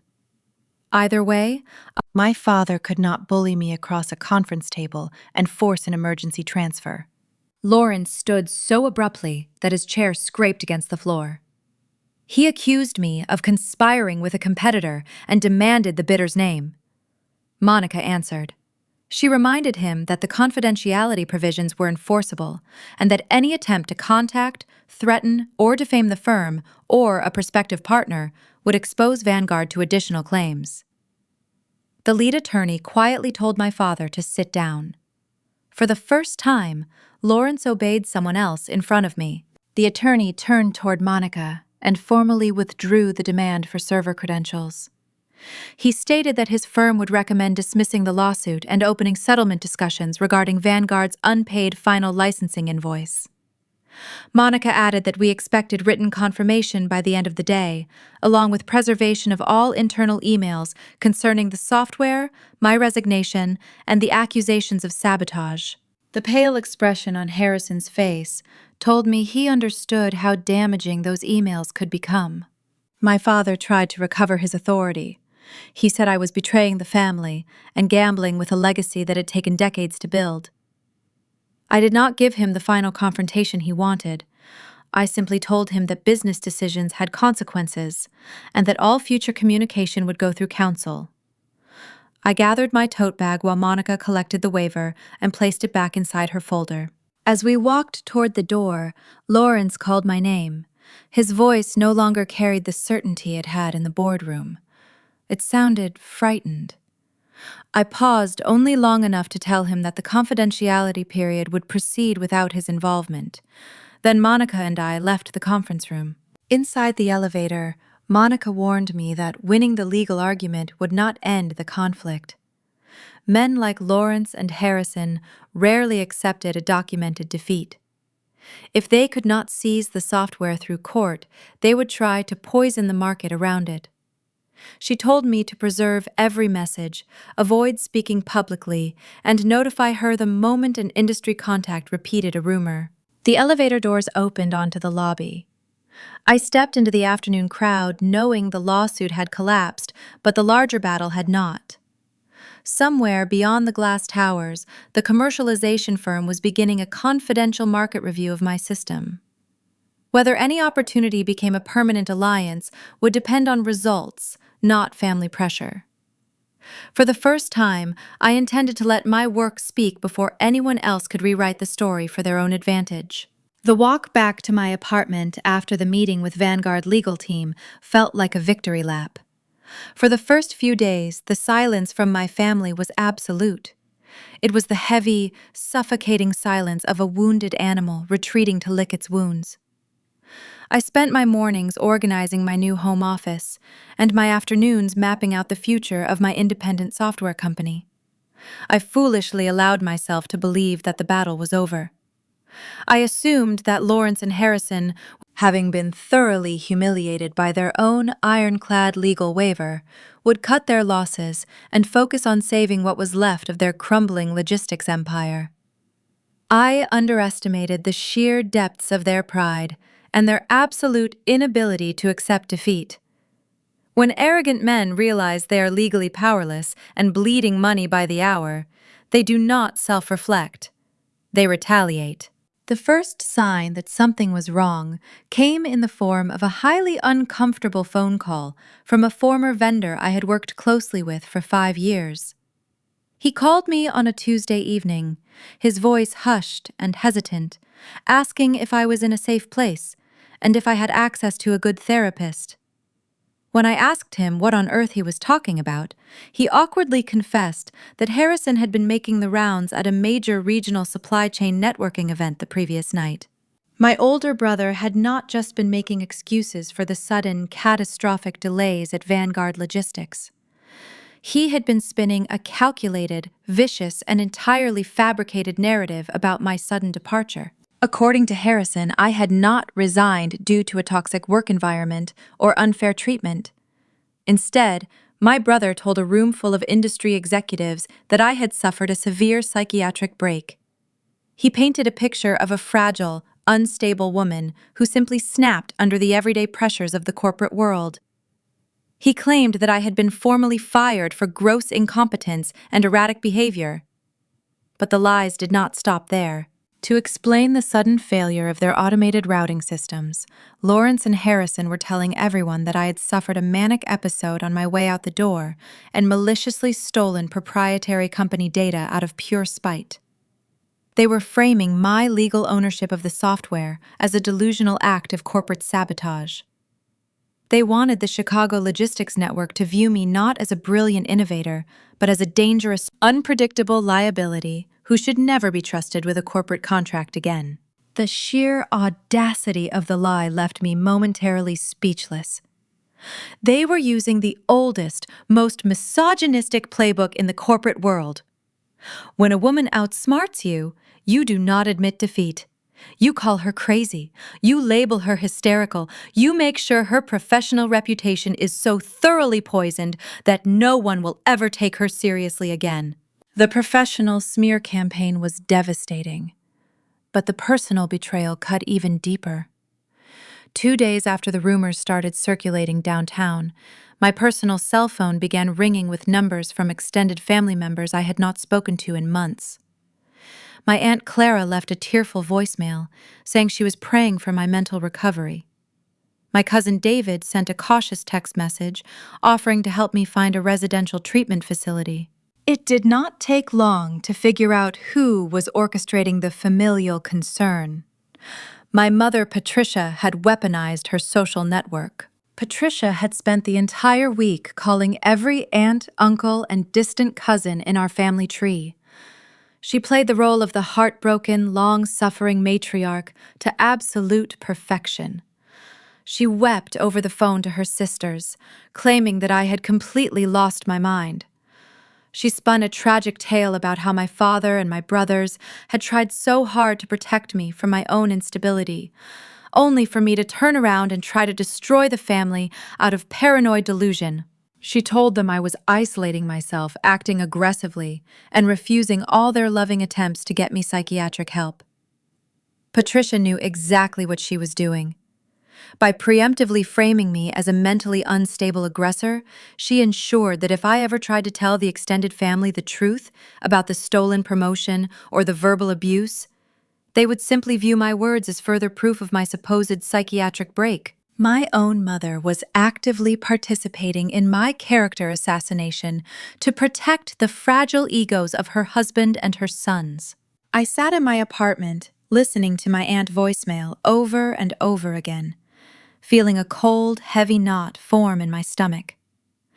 The peace I had felt after leaving the law office was entirely gone, replaced by a rising tide of righteous anger. But I still tried to maintain the high road. I told myself that the truth would eventually come out, that my past work would speak for itself, and that I just needed to focus on securing my first independent consulting client. I set up a lunch meeting with the chief operating officer of a mid-sized regional freight company. I had been courting their business for weeks, and they had expressed intense interest in licensing my automated routing protocol to streamline their operations. This contract would have been the perfect foundation for my new independent venture. I arrived at the restaurant 10 minutes early, armed with a flawless presentation and projected profit margins. I waited at the table for 45 minutes. The client never showed up. When I finally called his office, his executive assistant sounded incredibly uncomfortable. She told me that the chief operating officer had decided to go in a different direction and would no longer be taking my calls. Later that afternoon, I received a brief, devastating email from the executive himself. He stated that while he was impressed by my technology, his company required stable, reliable partnerships. He explicitly mentioned the recent troubling industry chatter regarding my professional departure from Vanguard Logistics. He wrote that his board of directors simply could not risk integrating their supply chain with someone exhibiting such concerning behavioral instability. I read the email 3 times, the words burning themselves into my memory. The smear campaign was not just a petty display of bruised targeted, effective strike against my livelihood. Lawrence and Harrison were bleeding money, but they were perfectly willing to use whatever resources they had left to ensure I starved.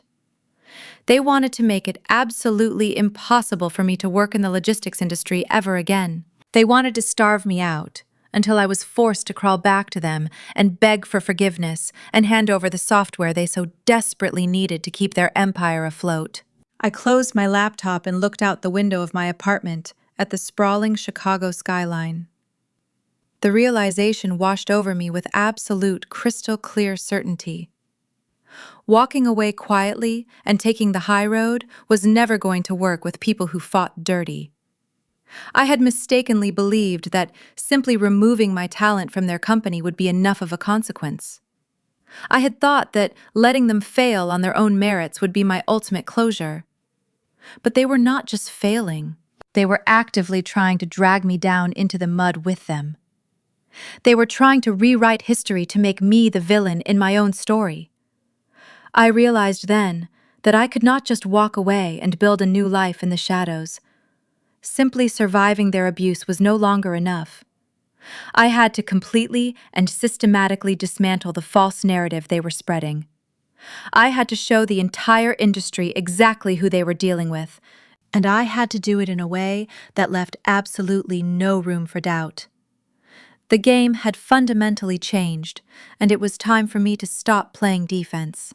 The realization that my family was actively trying to destroy my professional future fundamentally changed my entire approach.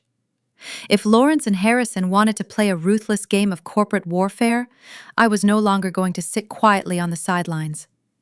I needed a weapon massive enough to completely neutralize Vanguard Logistics.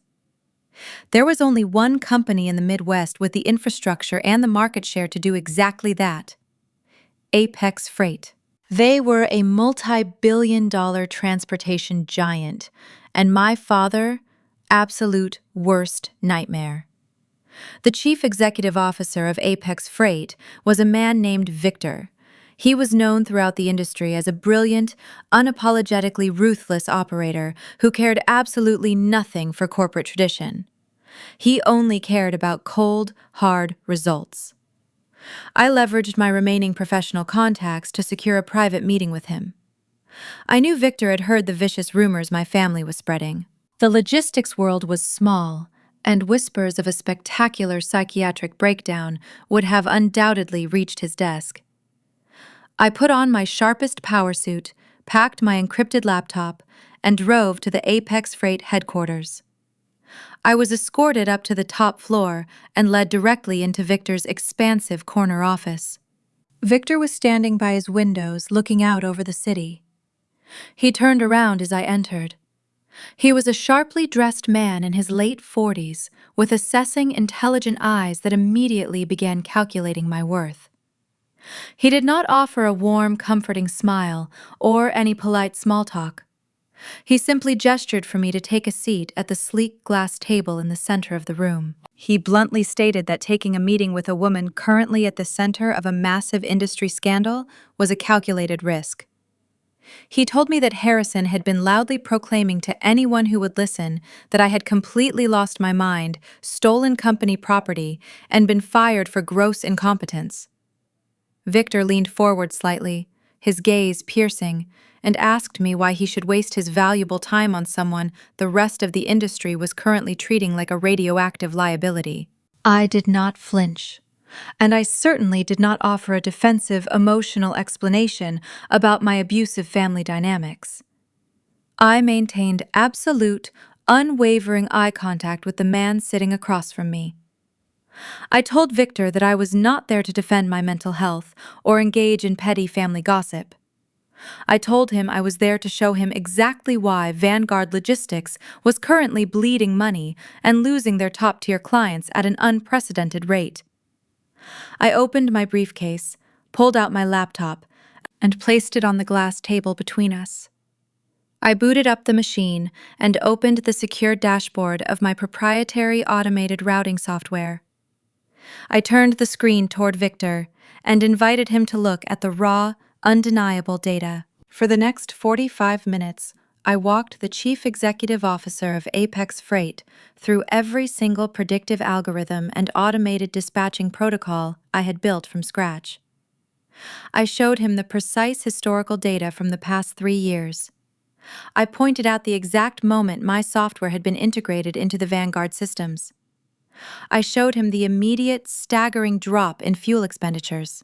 I laid out the indisputable financial metrics, proving that my technology alone was responsible for increasing Vanguard profit margins by an astonishing 40%. I explained that Vanguard did not own a single line of this code. I showed him the termination of the licensing agreement, proving that the sudden catastrophic logistical failures Vanguard was currently experiencing were not the result of my supposed corporate sabotage. They were the direct result of my father refusing to pay for the system that kept his entire empire afloat. Victor watched the presentation in total captivated silence. His brilliant business mind instantly grasped the massive, revolutionary potential of what I had created. He realized in real time that the rumors of my psychiatric break were nothing more than a desperate smokescreen manufactured by a father and son who had just lost their most valuable asset. When I finished the demonstration, I closed the laptop softly and let the silence hang in the air for a moment. Then I laid my final cards on the table. I looked Victor dead in the eye and offered him a deal that I knew he could not possibly refuse. I told him that I was willing to offer Apex Freight an exclusive, permanent licensing agreement for my software. I explained that integrating this technology into his already massive infrastructure would streamline his operations to a degree his competitors could not even fathom. I offered him the exact weapon he needed to completely crush Vanguard Logistics out of existence. By taking my software, Apex would absorb the very lifeblood that Vanguard had relied upon to survive. I sat back in my chair and waited, knowing I had just handed him the keys to total market domination. Victor stared at me for a long, heavy moment. A slow, deeply appreciative smile spread across his face. He leaned back in his chair, seemingly energized by the sheer, aggressive brilliance of the pitch. He stated that turning away a mind like mine was a fatal business error, and spreading malicious rumors about me was simply financial suicide. He agreed to the exclusive licensing deal right then and there, without a moment of hesitation. He promised that his legal team would draft a contract that would make me an incredibly wealthy woman by the end of the week. But Victor was not finished. He leaned forward again, his expression shifting from an assessing competitor to a collaborative visionary. He told me that simply licensing my software was not enough. He recognized that the real value was not just in the code sitting on my laptop. The real value was the architect who built it.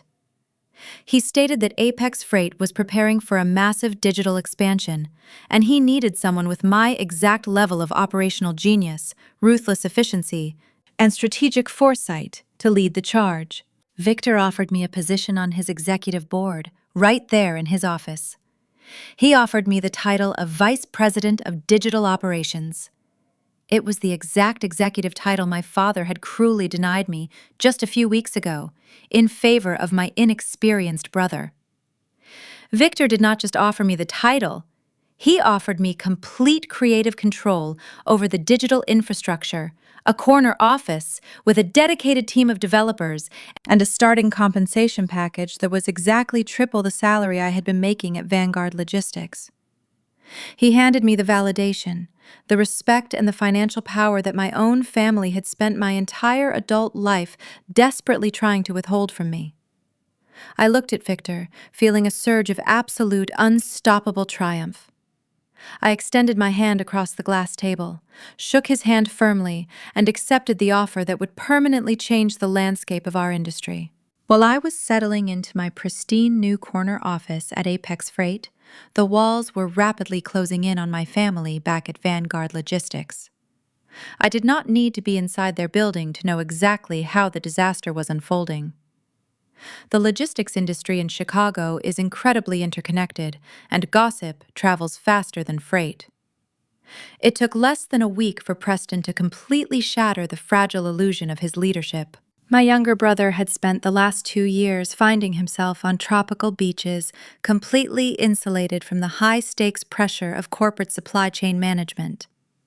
Now he was sitting in my old chair, staring at blank monitors and attempting to manage a multi-million-dollar logistical grid using nothing but blind arrogance and a handful of outdated spreadsheets. Without my automated routing software to calculate load distributions and driver schedules, the Vanguard dispatch team was flying completely blind. Trucks were being sent to the wrong warehouses. Drivers were sitting idle for hours waiting for manual load assignments.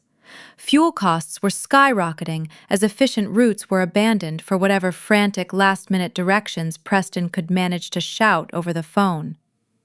The sheer volume of daily freight that my software used to process in seconds was now piling up on loading docks across the Midwest. The pressure was mounting, and Preston was entirely unequipped to handle it.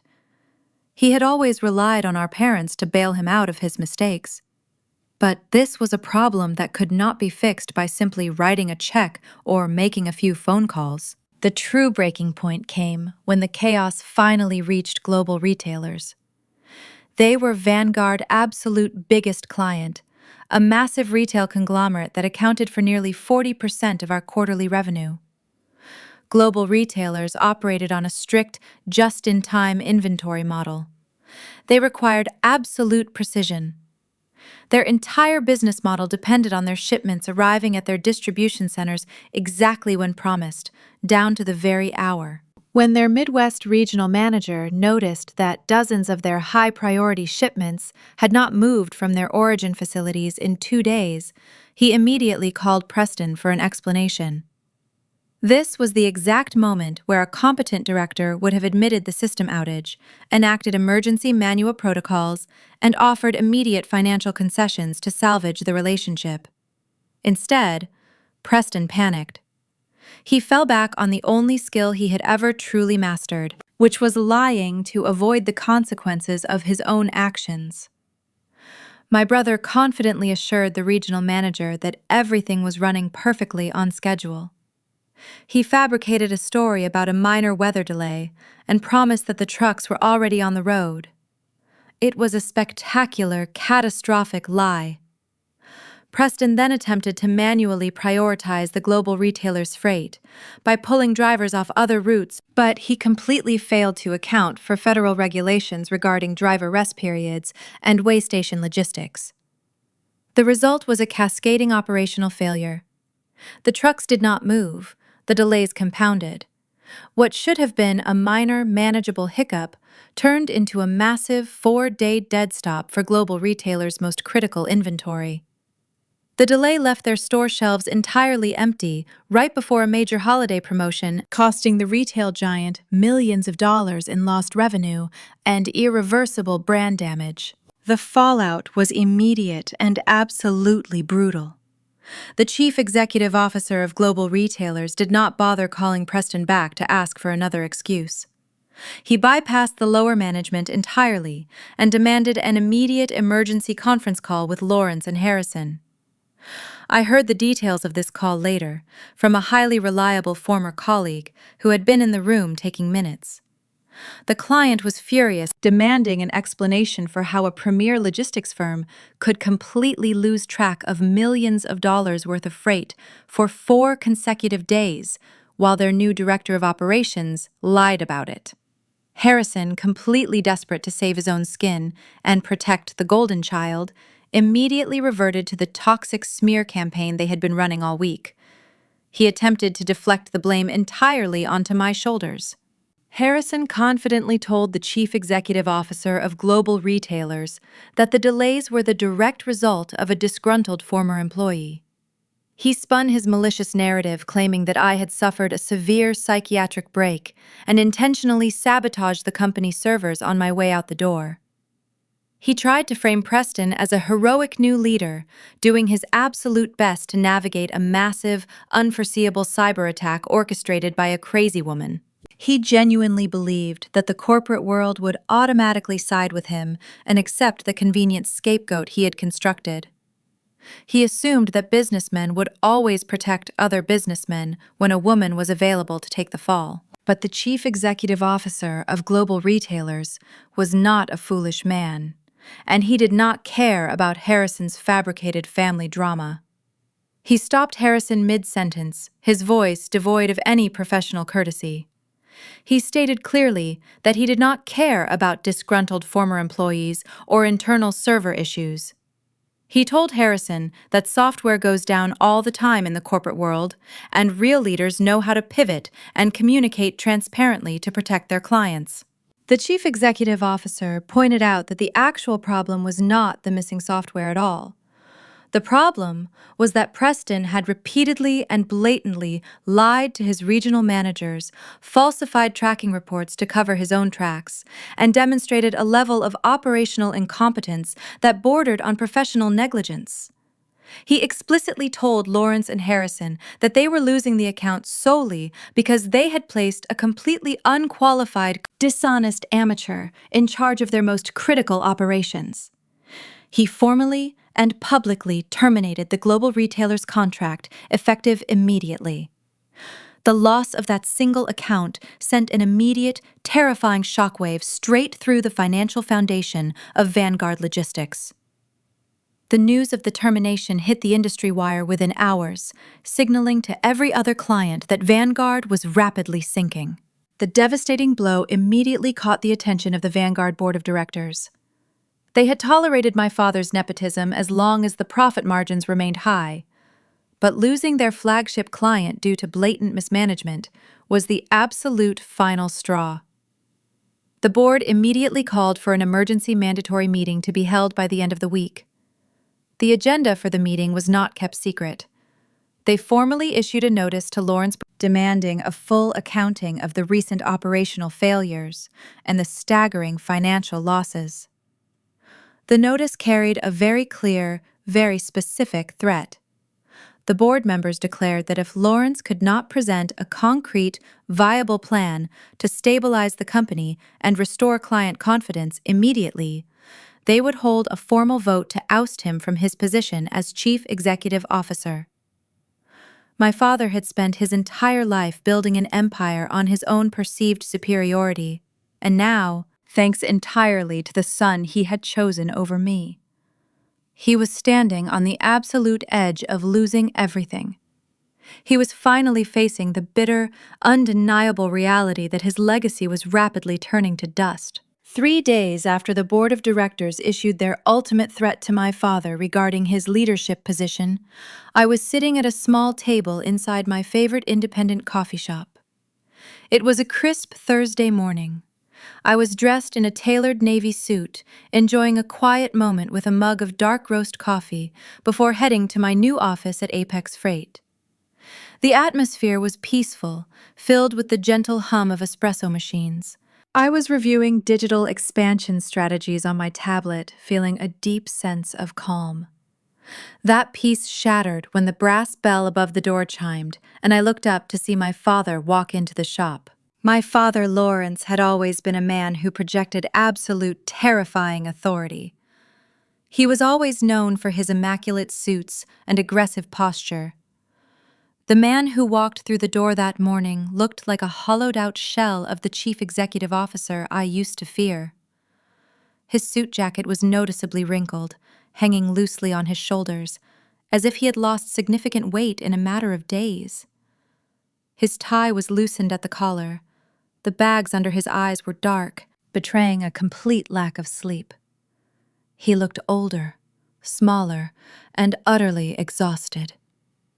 He scanned the room, his eyes darting frantically until they locked onto me in the corner.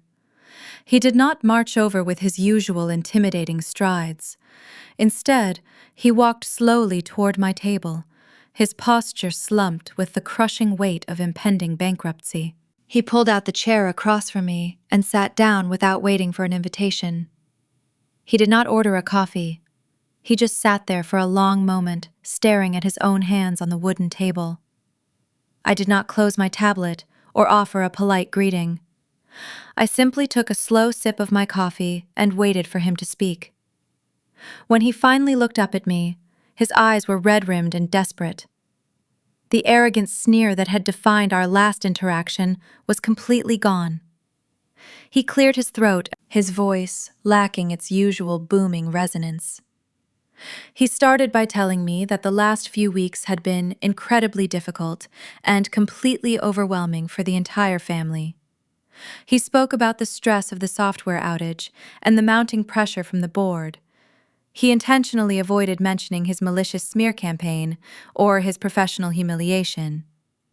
He tried to frame the situation as a shared family tragedy, hoping to manipulate my empathy. Then, my father did something I never thought I would witness. He swallowed his pride and actually offered me the exact promotion he had stolen from me. He leaned across the table, his voice dropping into a pleading register. He told me that Vanguard Logistics desperately needed my leadership. He explicitly offered me the title of Director of Operations, promising a significant salary increase and complete creative control. He stated that he finally understood the true value of my automated routing software. To sweeten the deal, he offered up his golden child as a sacrificial lamb. Lawrence looked me dead in the eye and promised that if I just came back and turned the servers on, he would fire Preston immediately. He offered to publicly remove my younger brother from the company, admitting out loud that Preston was entirely incompetent and responsible for the catastrophic loss of the global retailer's account. He begged me to come home, to save the family legacy and to help him stabilize the sinking ship before the board threw him overboard. I sat perfectly still, letting his desperate, hollow promises hang in the air between us. A year ago, hearing my father offer me the director title and validate my intelligence would have brought me to tears of joy. I would have leaped at the opportunity to finally be recognized by the man whose approval I had chased for my entire life. But looking at him now, I felt absolutely nothing but a cold, clinical detachment. I did not feel victorious, and I did not feel vindictive. I just saw a desperate, drowning businessman who was perfectly willing to throw his favorite son under the bus the exact same way he had thrown me to the wolves when it suited his financial interests. His loyalty was entirely conditional, based strictly on who could generate the most immediate profit and success for his fragile empire at any given moment in time. I placed my coffee mug down on the table with deliberate precision. I looked directly into his exhausted eyes and told him no. I kept my voice perfectly level and devoid of any emotional wavering. I explained to him in absolute terms that his offer was not a genuine apology, and it was certainly not an olive branch.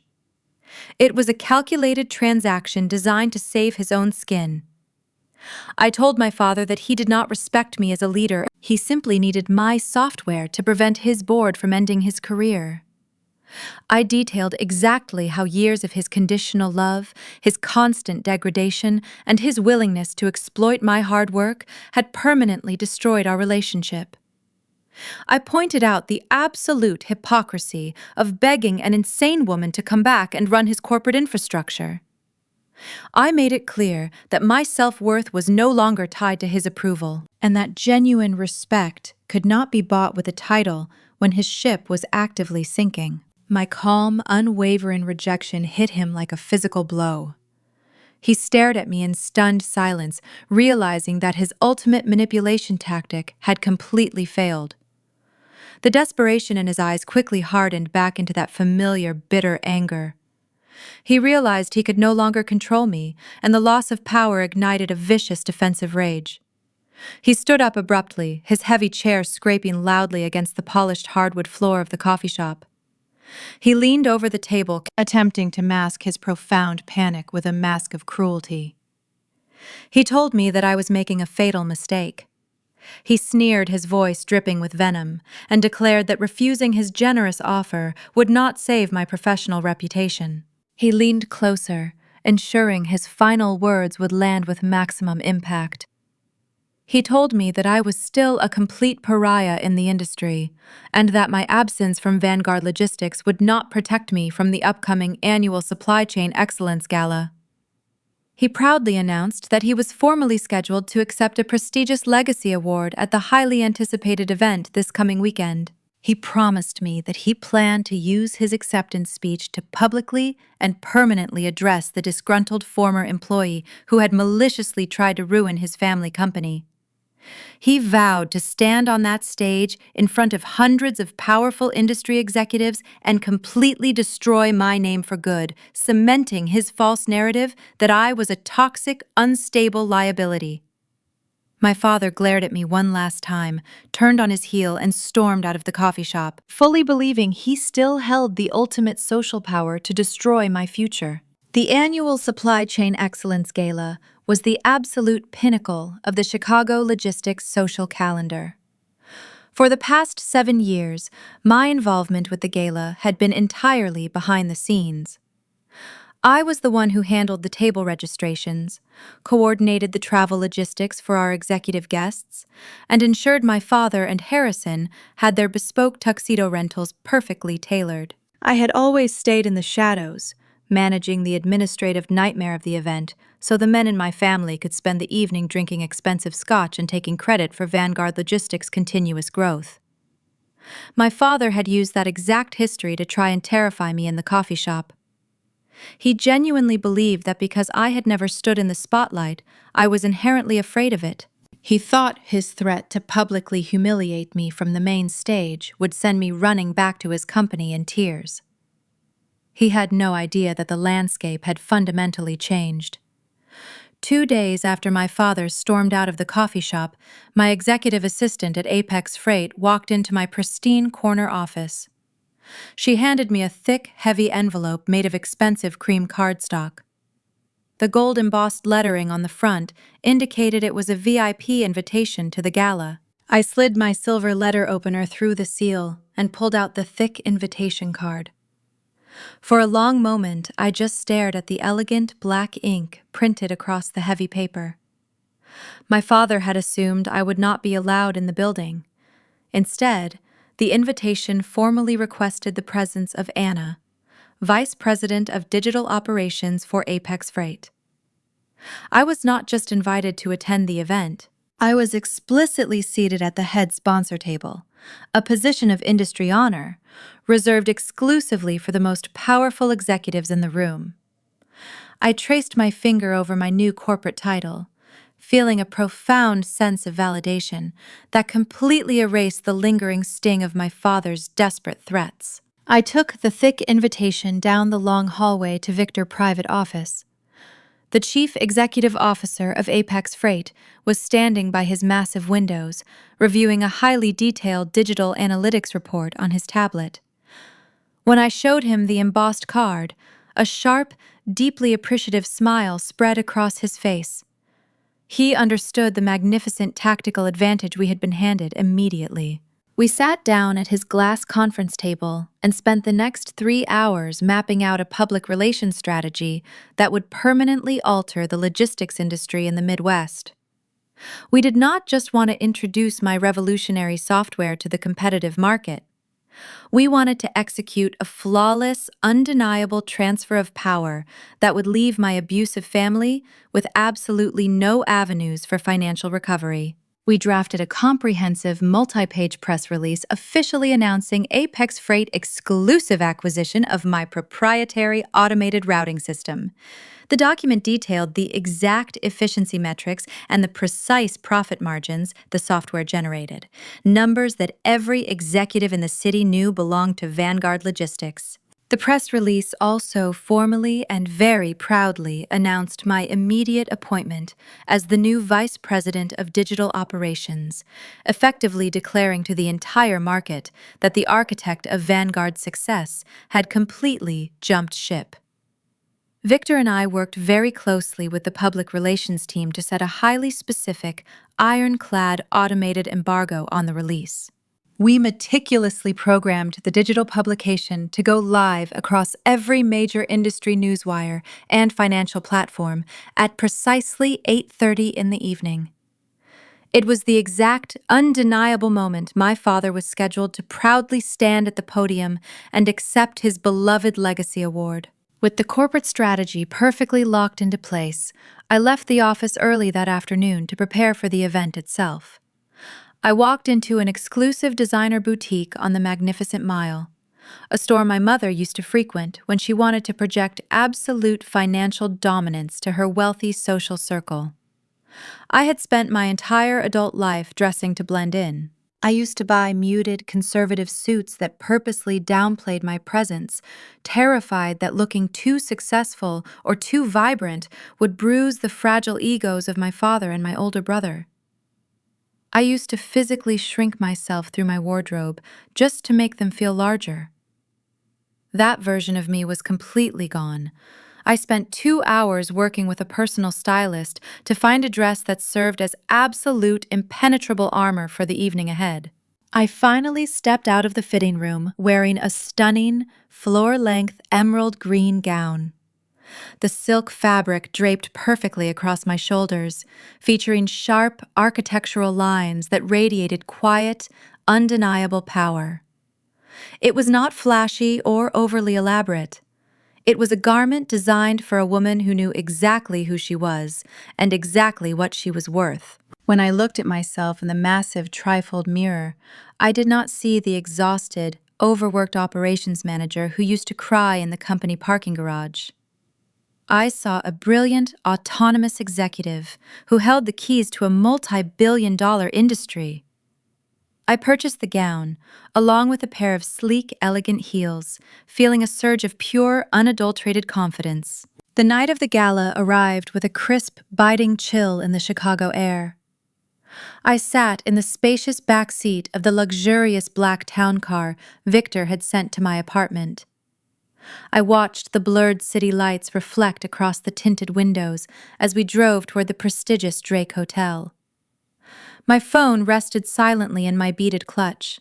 The automated press release was already ticking down to 0, a silent digital countdown that mirrored the exact software protocols I had built for Vanguard Logistics. I felt perfectly, dangerously calm. My breathing was steady, and my heart rate was comfortably slow and measured. The town car pulled off the main street and navigated into the grand circular driveway of the historic hotel. Dozens of sleek, luxury vehicles were lined up, dropping off the most influential businessmen and women in the city. Flashbulbs from industry photographers illuminated the night air, capturing the arrival of the corporate elite. My driver smoothly pulled the large car to a halt right at the edge of the velvet ropes. He stepped out and opened my door, extending a white-gloved hand to assist me. I stepped out of the vehicle, the cool night air brushing against my bare shoulders.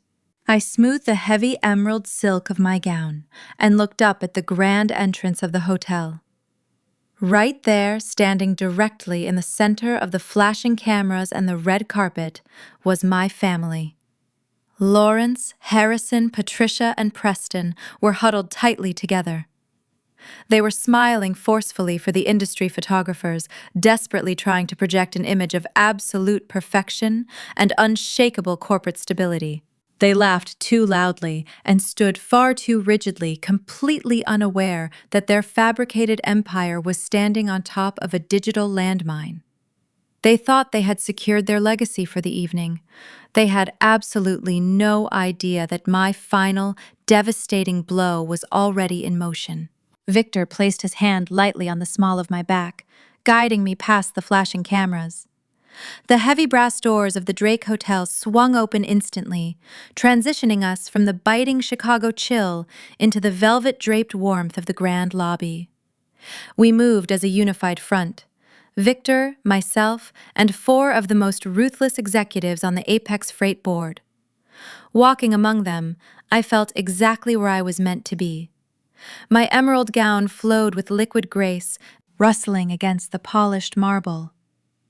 For years I had walked these same corridors, carrying my father's briefcase, rushing ahead to check his seating arrangements. Tonight I carried nothing but a small beaded clutch. The sheer physical freedom of having empty hands felt intoxicating. We made our way down the long gilded hallway that led toward the main ballroom. The air was thick with expensive perfume and the electric charge of corporate power. I kept my chin elevated, my posture perfectly aligned with the sharpness of my dress. A few industry acquaintances caught my eye. Their initial smiles of recognition faltered, morphing into profound confusion as they processed my arrival. They recognized me as Lawrence's overworked daughter, but they were currently watching me walk shoulder to shoulder with the man dismantling his empire. I offered them nothing more than a polite nod. Victor leaned close to my ear, his voice a low murmur beneath the ambient noise. He told me to remember that I owned the technology, I owned the strategy, and therefore I owned the room. We reached the towering mahogany double doors of the grand ballroom. 2 attendants pulled them open, revealing a breathtaking expanse of crystal chandeliers, floral centerpieces, and hundreds of circular tables draped in black velvet. The lighting was dimmed to a cinematic glow, casting shadows across the faces of the most influential supply chain executives in the Midwest. The low roar of overlapping conversations washed over us as our group stepped across the threshold. The dynamic of the room shifted immediately. Heads began to turn. Conversations trailed off into hushed whispers. The sheer gravity of the Apex Freight executive team arriving commanded absolute attention. Victor led the way, carving a path through the aisles with effortless authority. I walked slightly ahead of him, my emerald gown catching the light from the chandeliers above. I scanned the massive room, taking in the layout I used to study on cheap printed spreadsheets. The hierarchy of the logistics industry was always mapped out in the seating chart. The further back you sat, the less you mattered. I knew exactly where to look to find the people I had left behind. It did not take long to spot them. My family sat at a table halfway back from the main stage, a stark demotion from the premium placements they used to demand. The table itself was a depressing sight. In previous years, The Vanguard Logistics table was the loud, obnoxious center of attention, overflowing with laughing executives eager to network with my father. Tonight, the table was rapidly emptying. A few lower-level vendors sat on the far side, but the chairs directly surrounding my family were noticeably vacant, as clients actively avoided them. Lawrence poured himself a glass of water, his hand visibly shaking. His tuxedo looked slightly too large, as if the stress of the past 2 weeks had eroded his broad shoulders. Harrison sat next to him, aggressively tapping his foot against the carpet, his eyes darting around the room in high alert. Preston slouched in his chair, looking utterly miserable. He kept checking his phone, likely hiding from the catastrophic reality of the job he had stolen from me. Then there was my mother. Patricia was sitting perfectly upright, her face arranged in a mask of rigid, brittle composure. She scanned the crowd desperately, searching for anyone willing to make eye contact so she could project her fabricated narrative of familial success. Her eyes swept across the center aisle and locked onto mine, a physical shock rippling through her entire body. Patricia dropped her silk napkin onto the floor, her mouth opened in a silent gasp as her eyes traveled from my striking tailored gown to the imposing figure of Victor standing right beside me. She reached over and dug her manicured nails into my father's arm. Lawrence turned his head, following her panicked gaze. The moment my father saw me, the fragile confidence he had brought to the gala shattered into a million pieces. His jaw went slack. He looked at Victor, his most hated, terrifying rival, and then he looked at me, standing tall and radiant by his side. Harrison and Preston followed suit, their faces mirroring the exact same expression of sickening dread. They realized in a single instant that the rumors of my psychiatric breakdown were a lie they had told themselves to feel safe. I was not broken. I was not hiding in shame. I was standing in the center of their world, looking more powerful than they could ever hope to be. Patricia could not handle the destruction of her curated reality. The sight of me standing there completely unbothered and utterly successful triggered a desperate, irrational response. She pushed her chair back abruptly, the legs scraping against the floor. Ignoring my father's warning hiss, she marched toward the center aisle, determined to intercept me before I reached the front of the room. I saw her coming, but I did not slow my pace or alter my trajectory by a single inch. My mother stepped directly into my path, forcing me to stop. Her face flushed with a mixture of embarrassment and furious entitlement. She leaned in close, ensuring the surrounding tables could not hear her venomous tone. She hissed through clenched teeth, asking what I thought I was doing, crashing an event for real industry professionals. She told me that I had absolutely no right to show my face here after trying to destroy my father's health. She looked me up and down with blatant disgust and whispered that a disgraced, unemployed woman did not belong in this room, let alone in that dress. I looked down at my mother, seeing the desperate fear hiding behind her cruel words. I did not engage with her delusional narrative, defend my presence, or explain my relationship with Victor. I simply looked at her with detached pity and told her, in an icy voice, to step aside. My tone was so devoid of the childhood fear she relied upon that Patricia flinched. Before she could formulate another insult, Victor placed himself between us. He did not look at my mother, simply extending his arm to guide me forward. I stepped past Patricia, leaving her trembling alone in the crowded aisle. I walked the remaining distance to the absolute front row of the ballroom. I approached the beautifully decorated head sponsor table reserved exclusively for the Apex Freight Executive Board. I pulled out my chair, smoothed the heavy emerald silk beneath me, and took my rightful seat in the front row, ready to watch my family's empire burn. The gentle clinking of crystal glasses faded as the ballroom lights dimmed to a soft glow. A spotlight illuminated the grand stage, The master of ceremonies stepped up to the podium, welcoming the industry professionals and delivering a few jokes that elicited polite laughter. I sat perfectly still at the apex freight table, my posture immaculate in my emerald gown. Victor sat to my right, projecting relaxed calm. I kept my eyes fixed forward, but my peripheral vision remained focused on the Vanguard Logistics table just behind me. My father was shifting uncomfortably in his seat, adjusting his silk bow tie as if it were choking him. The time had come for the Legacy Awards honoring executives who had shaped the Chicago freight network. When the host announced Lawrence's name, the applause rolling through the massive ballroom was decidedly muted. It was not the thunderous standing ovation my father had grown accustomed to receiving. It was the polite, obligatory clapping of business people acutely aware that the man walking up to the stage was currently presiding over a sinking ship. Lawrence stood up, buttoning his tuxedo jacket, and plastered an artificial smile across his face. He walked down the center aisle, forcing a projection of robust confidence, but I knew his body language better than anyone. I saw the rigid tension in his shoulders and the slight tremor in his hands. A thin sheen of sweat was already gathering on his forehead. He stepped up to the podium, accepted the glass trophy, and adjusted the microphone. He looked out over the sea of expectant faces, and for a fleeting second, his eyes met mine sitting in the front row. He quickly looked away, clearing his throat loudly. He began his acceptance speech with the usual platitudes, thanking the industry board and praising the history of Vanguard Logistics, but my father had never been a man who could accept defeat with grace. He could not simply say thank you and step down from the spotlight. He desperately needed to control the narrative. He needed to prove to this room full of powerful executives that he was still the undisputed king of his domain, and that the recent financial losses his company had suffered were entirely part of his master plan. Lawrence grasped the edges of the podium, his knuckles turning white as he leaned into the microphone.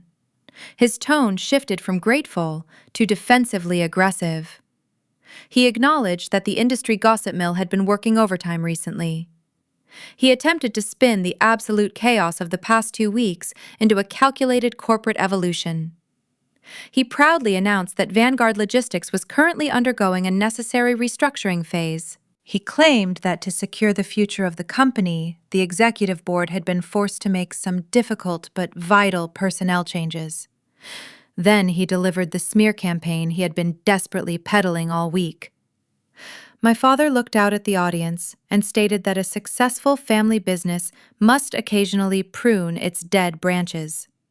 He made pointed remarks about the unfortunate necessity of removing toxic emotional elements from their corporate family. He claimed that true leadership required a cold mind, and that individuals allowing personal feelings to interfere with client relationships had no place in the modern logistics network. He was talking about me. He was standing on a stage in front of hundreds of my peers, cowardly assassinating my character without having the courage to say my name out loud. A year ago, those words would have crushed my spirit and sent me running for the exit in tears. Tonight, sitting in the front row as a top executive for his biggest rival, his words sounded remarkably pathetic. I did not break his gaze. I simply raised my chin a fraction of an inch and watched him dig his own grave. The reaction from the crowd was absolutely devastating. There were no nods of agreement. There were no murmurs of sympathetic support. The entire ballroom remained painfully silent. The silence was heavy and suffocating thick with the collective second-hand embarrassment of 500 industry professionals. Every single executive in that room knew exactly how logistics worked. They knew that a company does not lose a cornerstone client like global retailers because of an administrative employee. They knew the truth, and they were watching a desperate man humiliate himself on stage. Lawrence felt the icy reception. He felt the room turning against him, and the sudden realization triggered a blind panic. Instead of wrapping up his speech and escaping the stage, he doubled down. In a desperate bid to project strength and future stability, he shifted his focus to the Vanguard Logistics table. He pointed a trembling finger toward his youngest son. Lawrence loudly praised Preston, calling him the bold, dynamic new face of their corporate operations. My father told the silent room that Preston possessed an innovative spirit and a masculine aggression that would undoubtedly usher Vanguard into a new era of unprecedented profitability. He heralded my brother as a logistical prodigy who was actively modernizing their entire approach to supply chain management. The reaction was immediate and visceral. The painful silence in the ballroom was suddenly broken by the sound of actual audible scoffing.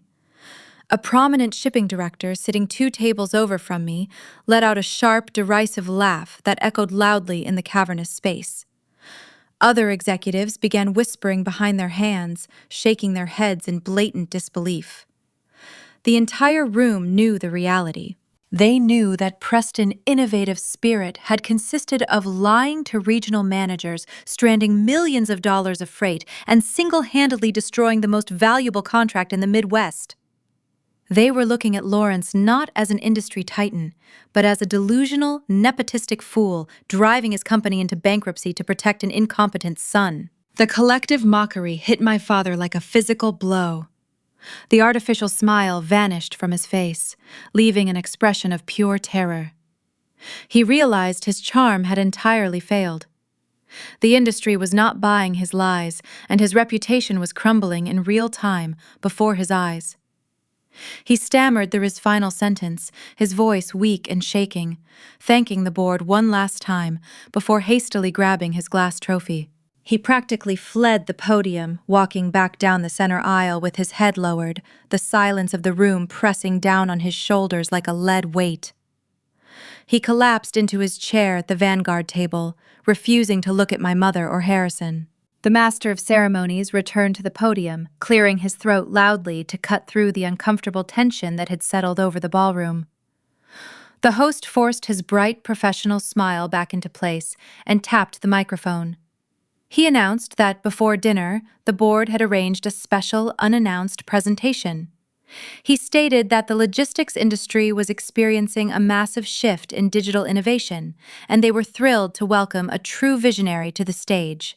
He asked the audience to direct their full attention to the massive digital screens and to warmly welcome the surprise keynote speaker for the evening, the brand new Vice President of Digital Operations for Apex Freight. I stood up slowly from my comfortable chair at the head sponsor table.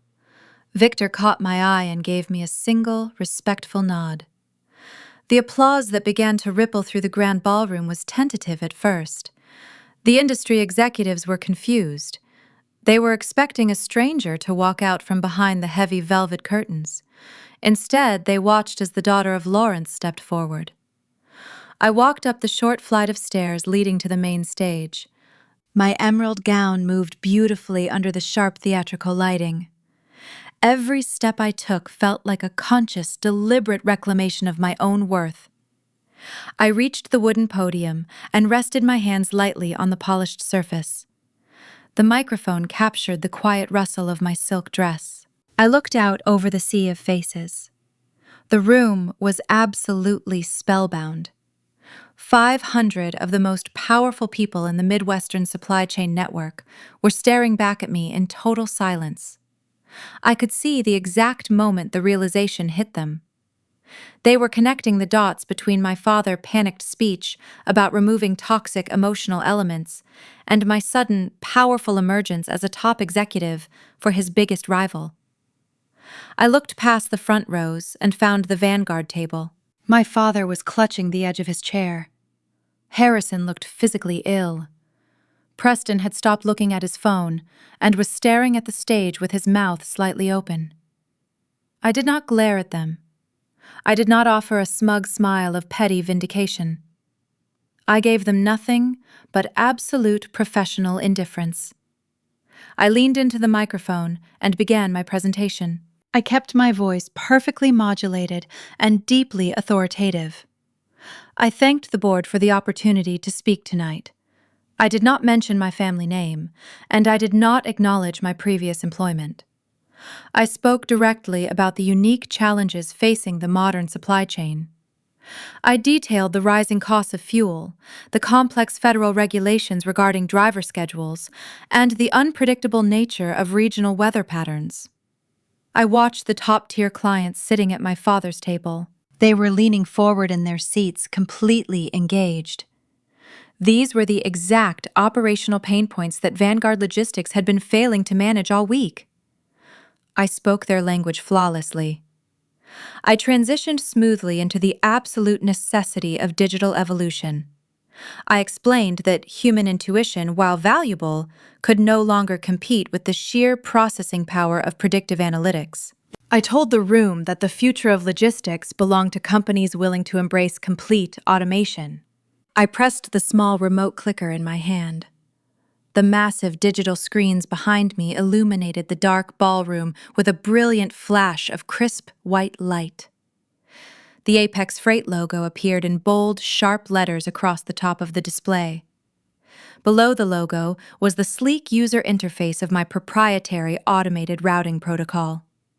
A collective gasp rippled through the audience.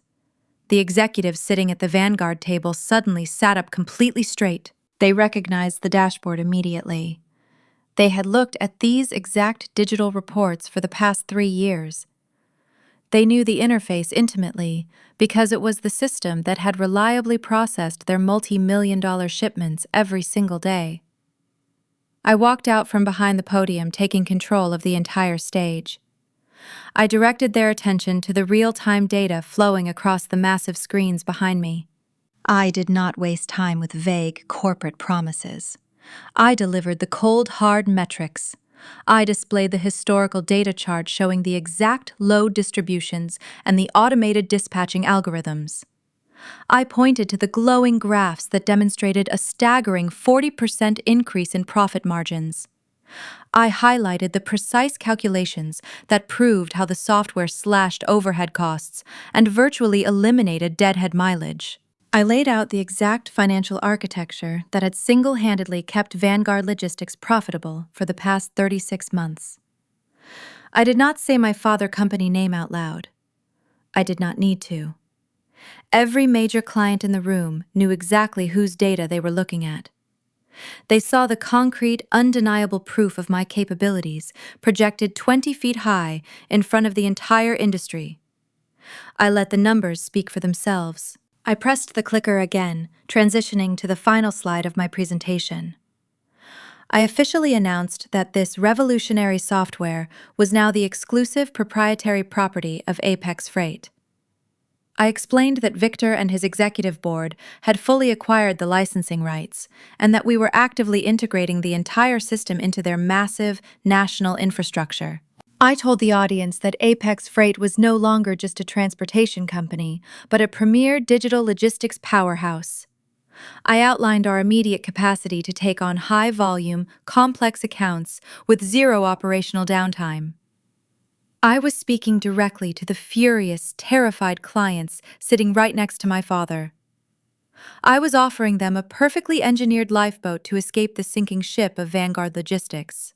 I promised them transparency, relentless efficiency, and a supply chain network driven by flawless logic rather than human error. I walked back to the podium and placed my hands on the wood. I looked out at the audience one final time. I told them that true leadership requires recognizing talent, investing in innovation, and never taking your most vital assets for granted. I stated that in this industry, survival goes to the companies that build solid foundations rather than relying on fragile illusions. I thanked them for their time and stepped back from the microphone. For 3 long seconds, the grand ballroom was completely silent. The sheer magnitude of the corporate maneuver I had just executed hung heavily in the air. Then, Victor stood up from the front row and began to applaud. Within seconds, the entire Apex Freight executive team joined him. The applause quickly spread through the room, growing louder and more frantic as the industry professionals processed the absolute brilliance of the presentation. It was deafening. I stood on the stage, bathed in the warm glow of the spotlight, and absorbed the overwhelming sound of genuine professional respect. I looked out into the crowd and saw the top-tier clients at the Vanguard Logistics table standing up to applaud my presentation. They were looking at me with undisguised admiration. As the applause reached its peak and echoed off the crystal chandeliers, I saw something else happening in the dim lighting. I watched as the cell phones resting on the tables in front of the major clients began to light up. One by one, the small digital screens glowed against the black velvet tablecloths. The phones of every single vital client sitting right next to my father began to vibrate simultaneously in the dark ballroom. The coordinated press release had just gone live across the national financial wire, and the automated onboarding emails from Apex Freight were hitting their inboxes precisely on schedule. The final corporate trap had just been sprung. The synchronized vibration of cell phones across the darkened ballroom sounded like a swarm of locusts. It started at the Vanguard Logistics table, but within seconds, the low mechanical buzzing spread outward, rattling against fine china and crystal water glasses as industry alerts hit the devices of every major supply chain executive in the room. I stood perfectly still on the stage, the bright spotlight warming my skin, and watched the digital dominoes begin to fall. The top-tier clients, sitting directly next to my father, reached into their tuxedo pockets and evening bags. They pulled out their phones, the harsh blue light from their screens illuminating their faces in the dim, cinematic atmosphere of the Drake Hotel. I could trace the exact path of the targeted press release as it saturated the room. The automated onboarding emails I had carefully drafted with Victor were flawlessly executing their programmed commands, hitting inboxes with absolute terrifying precision. The executives at the Vanguard table began reading the detailed financial wire. I watched their eyes dart back and forth across their screens, absorbing the absolute, undeniable truth. The press release laid out the full acquisition of the proprietary routing software by Apex Freight. It detailed my new role as Vice President of Digital Operations, but most importantly, it provided the concrete, undeniable explanation for the catastrophic logistical failures they had all experienced over the past 3 days. They were reading the reality that Vanguard Logistics did not own the technology that made them reliable, and they had just permanently lost the architect who built it. The polished corporate illusion my father had maintained for years was completely stripped away in a matter of seconds. The realization hit the Vanguard table like a physical shockwave. The clients sitting beside my father suddenly understood that they had been blatantly lied to all week.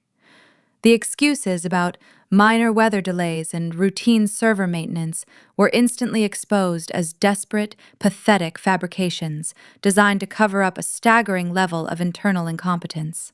They realized that my father had stood on this very stage just moments ago and tried to spin the loss of his most critical operational asset as a strategic restructuring phase. The profound disrespect of that lie, the sheer arrogance of Lawrence assuming he could deceive his most valuable financial partners, completely poisoned the air around their table. The trust that formed the foundation of their business relationships was instantly, irreparably broken. My father tried to salvage the collapsing illusion. I watched from the stage as Lawrence frantically leaned across the black velvet tablecloth, holding his hands up in a placating gesture. He was speaking rapidly, his mouth moving in desperate attempts to reassure the executives around him. Harrison joined in, gesturing wildly, likely trying to revive his malicious smear campaign about my supposed mental instability. But the data projected on the massive screens behind me, and the official press releases glowing in their hands, stripped my family of their only remaining weapon. The clients were not listening to the frantic excuses of a failing chief executive officer. They were looking at the cold, hard metrics of their own delayed shipments and realizing that their supply chains were currently in the hands of a company that had absolutely no idea how to route a delivery truck. Their faces hardened into masks of professional fury. The tension at the Vanguard table reached a breaking point. The chief operating officer of Midwest Industrial, A client responsible for 20% of my father's annual revenue placed his cell phone face down on the table with a sharp, definitive smack that echoed loudly. He did not say a single word to my father.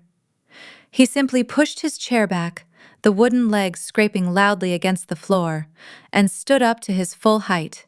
Immediately, the regional director for a massive national retail chain followed suit. A third executive, representing the largest automotive parts supplier in the state, stood up right beside them. They ignored Lawrence's desperate reaching hands. They completely turned their backs on Vanguard Logistics, leaving my father sitting alone in the wreckage of his own deception. I stepped down from the podium and walked gracefully down the short flight of stairs to the main ballroom floor.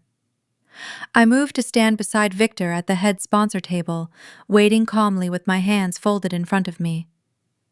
The entire ballroom held its breath as the three powerful executives began to walk across the room. It was not a rushed or panicked exit. It was a slow, deliberate, incredibly public march of corporate defection.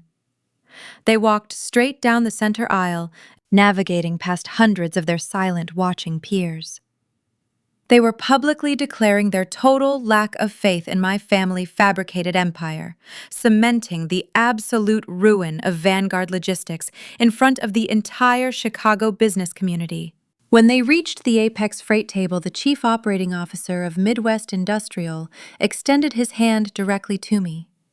I took it, offering a firm professional handshake. He spoke in a clear, carrying voice that was easily heard by the surrounding tables. He congratulated me on my brilliant presentation and my well-deserved new position. Then, without a single ounce of hesitation, he loudly requested a formal meeting at my office first thing Monday morning to begin the immediate transfer of his shipping contracts to Apex Freight. The other two executives echoed his request, shaking my hand and publicly expressing their eagerness to integrate their supply chains with my newly acquired digital infrastructure. They were abandoning my father and handing their business directly to me. The absolute finality of the moment sent a visible tremor through the room. I looked past the three executives and locked eyes with my father. Lawrence had stood up from his chair, his face a terrifying shade of ashen gray. He was holding a crystal champagne glass in his right hand, his knuckles completely white from the force of his desperate grip. He watched his entire legacy, the multi-million-dollar accounts he had spent decades securing, simply walk away from him in a matter of seconds. The sheer, overwhelming devastation of his own hubris finally crashed down upon him. He had thought he could control me through intimidation and financial threats, but his actions had only engineered his own demise. His fingers went limp. The crystal champagne glass slipped from his grasp and hit the hardwood floor, shattering into 100 glittering pieces. The sharp, violent sound of the breaking glass echoed across the silent ballroom, marking the exact moment Vanguard Logistics effectively died. As my father stared down at the shattered crystal in absolute shock, I noticed a sudden, cowardly movement in the shadows near the back wall. Preston, the arrogant golden child who had happily stolen my promotion just a few short weeks ago, did not stay to help our father pick up the pieces. He did not stand by Harrison to defend the family honor. Instead, my younger brother kept his head lowered, pushed his way through a small group of caterers, and quietly slipped out the side exit of the ballroom. He abandoned his family, his unearned executive title, and the catastrophic disaster he had helped create, completely disappearing into the cold Chicago night without ever looking back. I watched the heavy brass doors swing shut behind my younger brother, sealing his cowardly retreat. The chaotic energy inside the grand ballroom was still buzzing, but my part in the spectacle was officially over. I turned to Victor, who was already fielding an eager line of defecting clients. We exchanged a single, deeply understood look of absolute triumph. I did not need to stay for the networking, and I certainly did not need to gloat over the ruins of the Vanguard Logistics table. I simply picked up my beaded clutch, smoothed the silk of my emerald gown, and walked away from the noise. The quiet atmosphere of the Drake Hotel lobby was a jarring contrast to the ballroom. The thick, ornate carpets muffled the sound of my heels as I made my way toward the main exit. I felt remarkably light. The crushing anxiety that had plagued my entire adult life was entirely gone. I was just pulling my tailored wool coat from the coat check attendant when I heard the heavy, frantic footsteps pounding across the marble floor behind me. I did not need to turn around to know exactly who was coming. I slowly slipped my arms into my coat, buttoned the front, and braced myself for the final, inevitable confrontation. I turned slowly to face them. My father and Harrison looked absolutely unrecognizable. The polished, terrifying corporate titans who had ambushed me in my apartment building just days ago were completely gone. Lawrence was panting heavily, his face a terrifying shade of pale gray, his expensive tuxedo jacket hanging off his frame like a borrowed costume. Harrison looked feral, his eyes wild and bloodshot, his tie completely undone. They had chased me down into the lobby because they were completely out of options. They had watched their cornerstone clients walk away. They had watched their golden child flee the building, and they were staring down the barrel of immediate, unavoidable bankruptcy. Harrison closed the distance between us, his chest heaving with desperate, manufactured outrage. He did not bother lowering his voice for the benefit of the hotel staff. He pointed a trembling finger at my face, his voice cracking under the weight of his own monumental failure. He demanded to know how I could possibly do this to them. He yelled that I was a monster, a cold, heartless traitor who had purposefully humiliated them in front of the entire Chicago logistics network. He stepped closer, attempting to use his physical size to intimidate me one last time. He screamed at me, demanding to know how I could ever sleep at night, knowing that I had maliciously destroyed my own blood. My father stood right behind Harrison, but for the first time in his life, Lawrence had absolutely nothing to say. The man who had spent 3 decades controlling every single aspect of my existence was rendered entirely mute by the sheer scale of his own financial ruin. He just stared at me with wide, terrified eyes, waiting for me to suddenly break down, apologize, and offer them a miraculous lifeline. He was still waiting for the obedient, desperate daughter to save him. I did not step back from Harrison pointing finger. I did not raise my voice to match his frantic yelling. I stood perfectly still looking at the 2 men who had systematically drained my spirit, stolen my credit, and demanded my absolute compliance in exchange for their conditional toxic love. I felt a profound, overwhelming wave of pity wash over me. Not for the men standing in front of me, but for the terrified young woman I used to be, the woman who had spent years trying to earn the respect of people who were fundamentally incapable of giving it. I looked directly into Harrison's frantic, bloodshot eyes, and then I shifted my gaze to meet my father's terrified stare. I kept my voice incredibly soft, but the absolute certainty of my words echoed clearly through the quiet, opulent lobby. I told them that they were entirely wrong. I stated clearly that I did not destroy Vanguard Logistics. I explained that I had simply stopped carrying it. I watched my father's face crumble as I dismantled his final, desperate illusion. I told him that the multi-million-dollar company had never been held up by his brilliant leadership or his masculine, aggressive networking.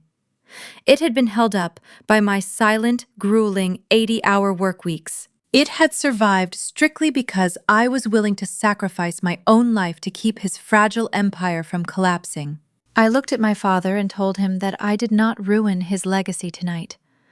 I told him that he had destroyed his own company the exact moment he decided my worth was based entirely on my silence.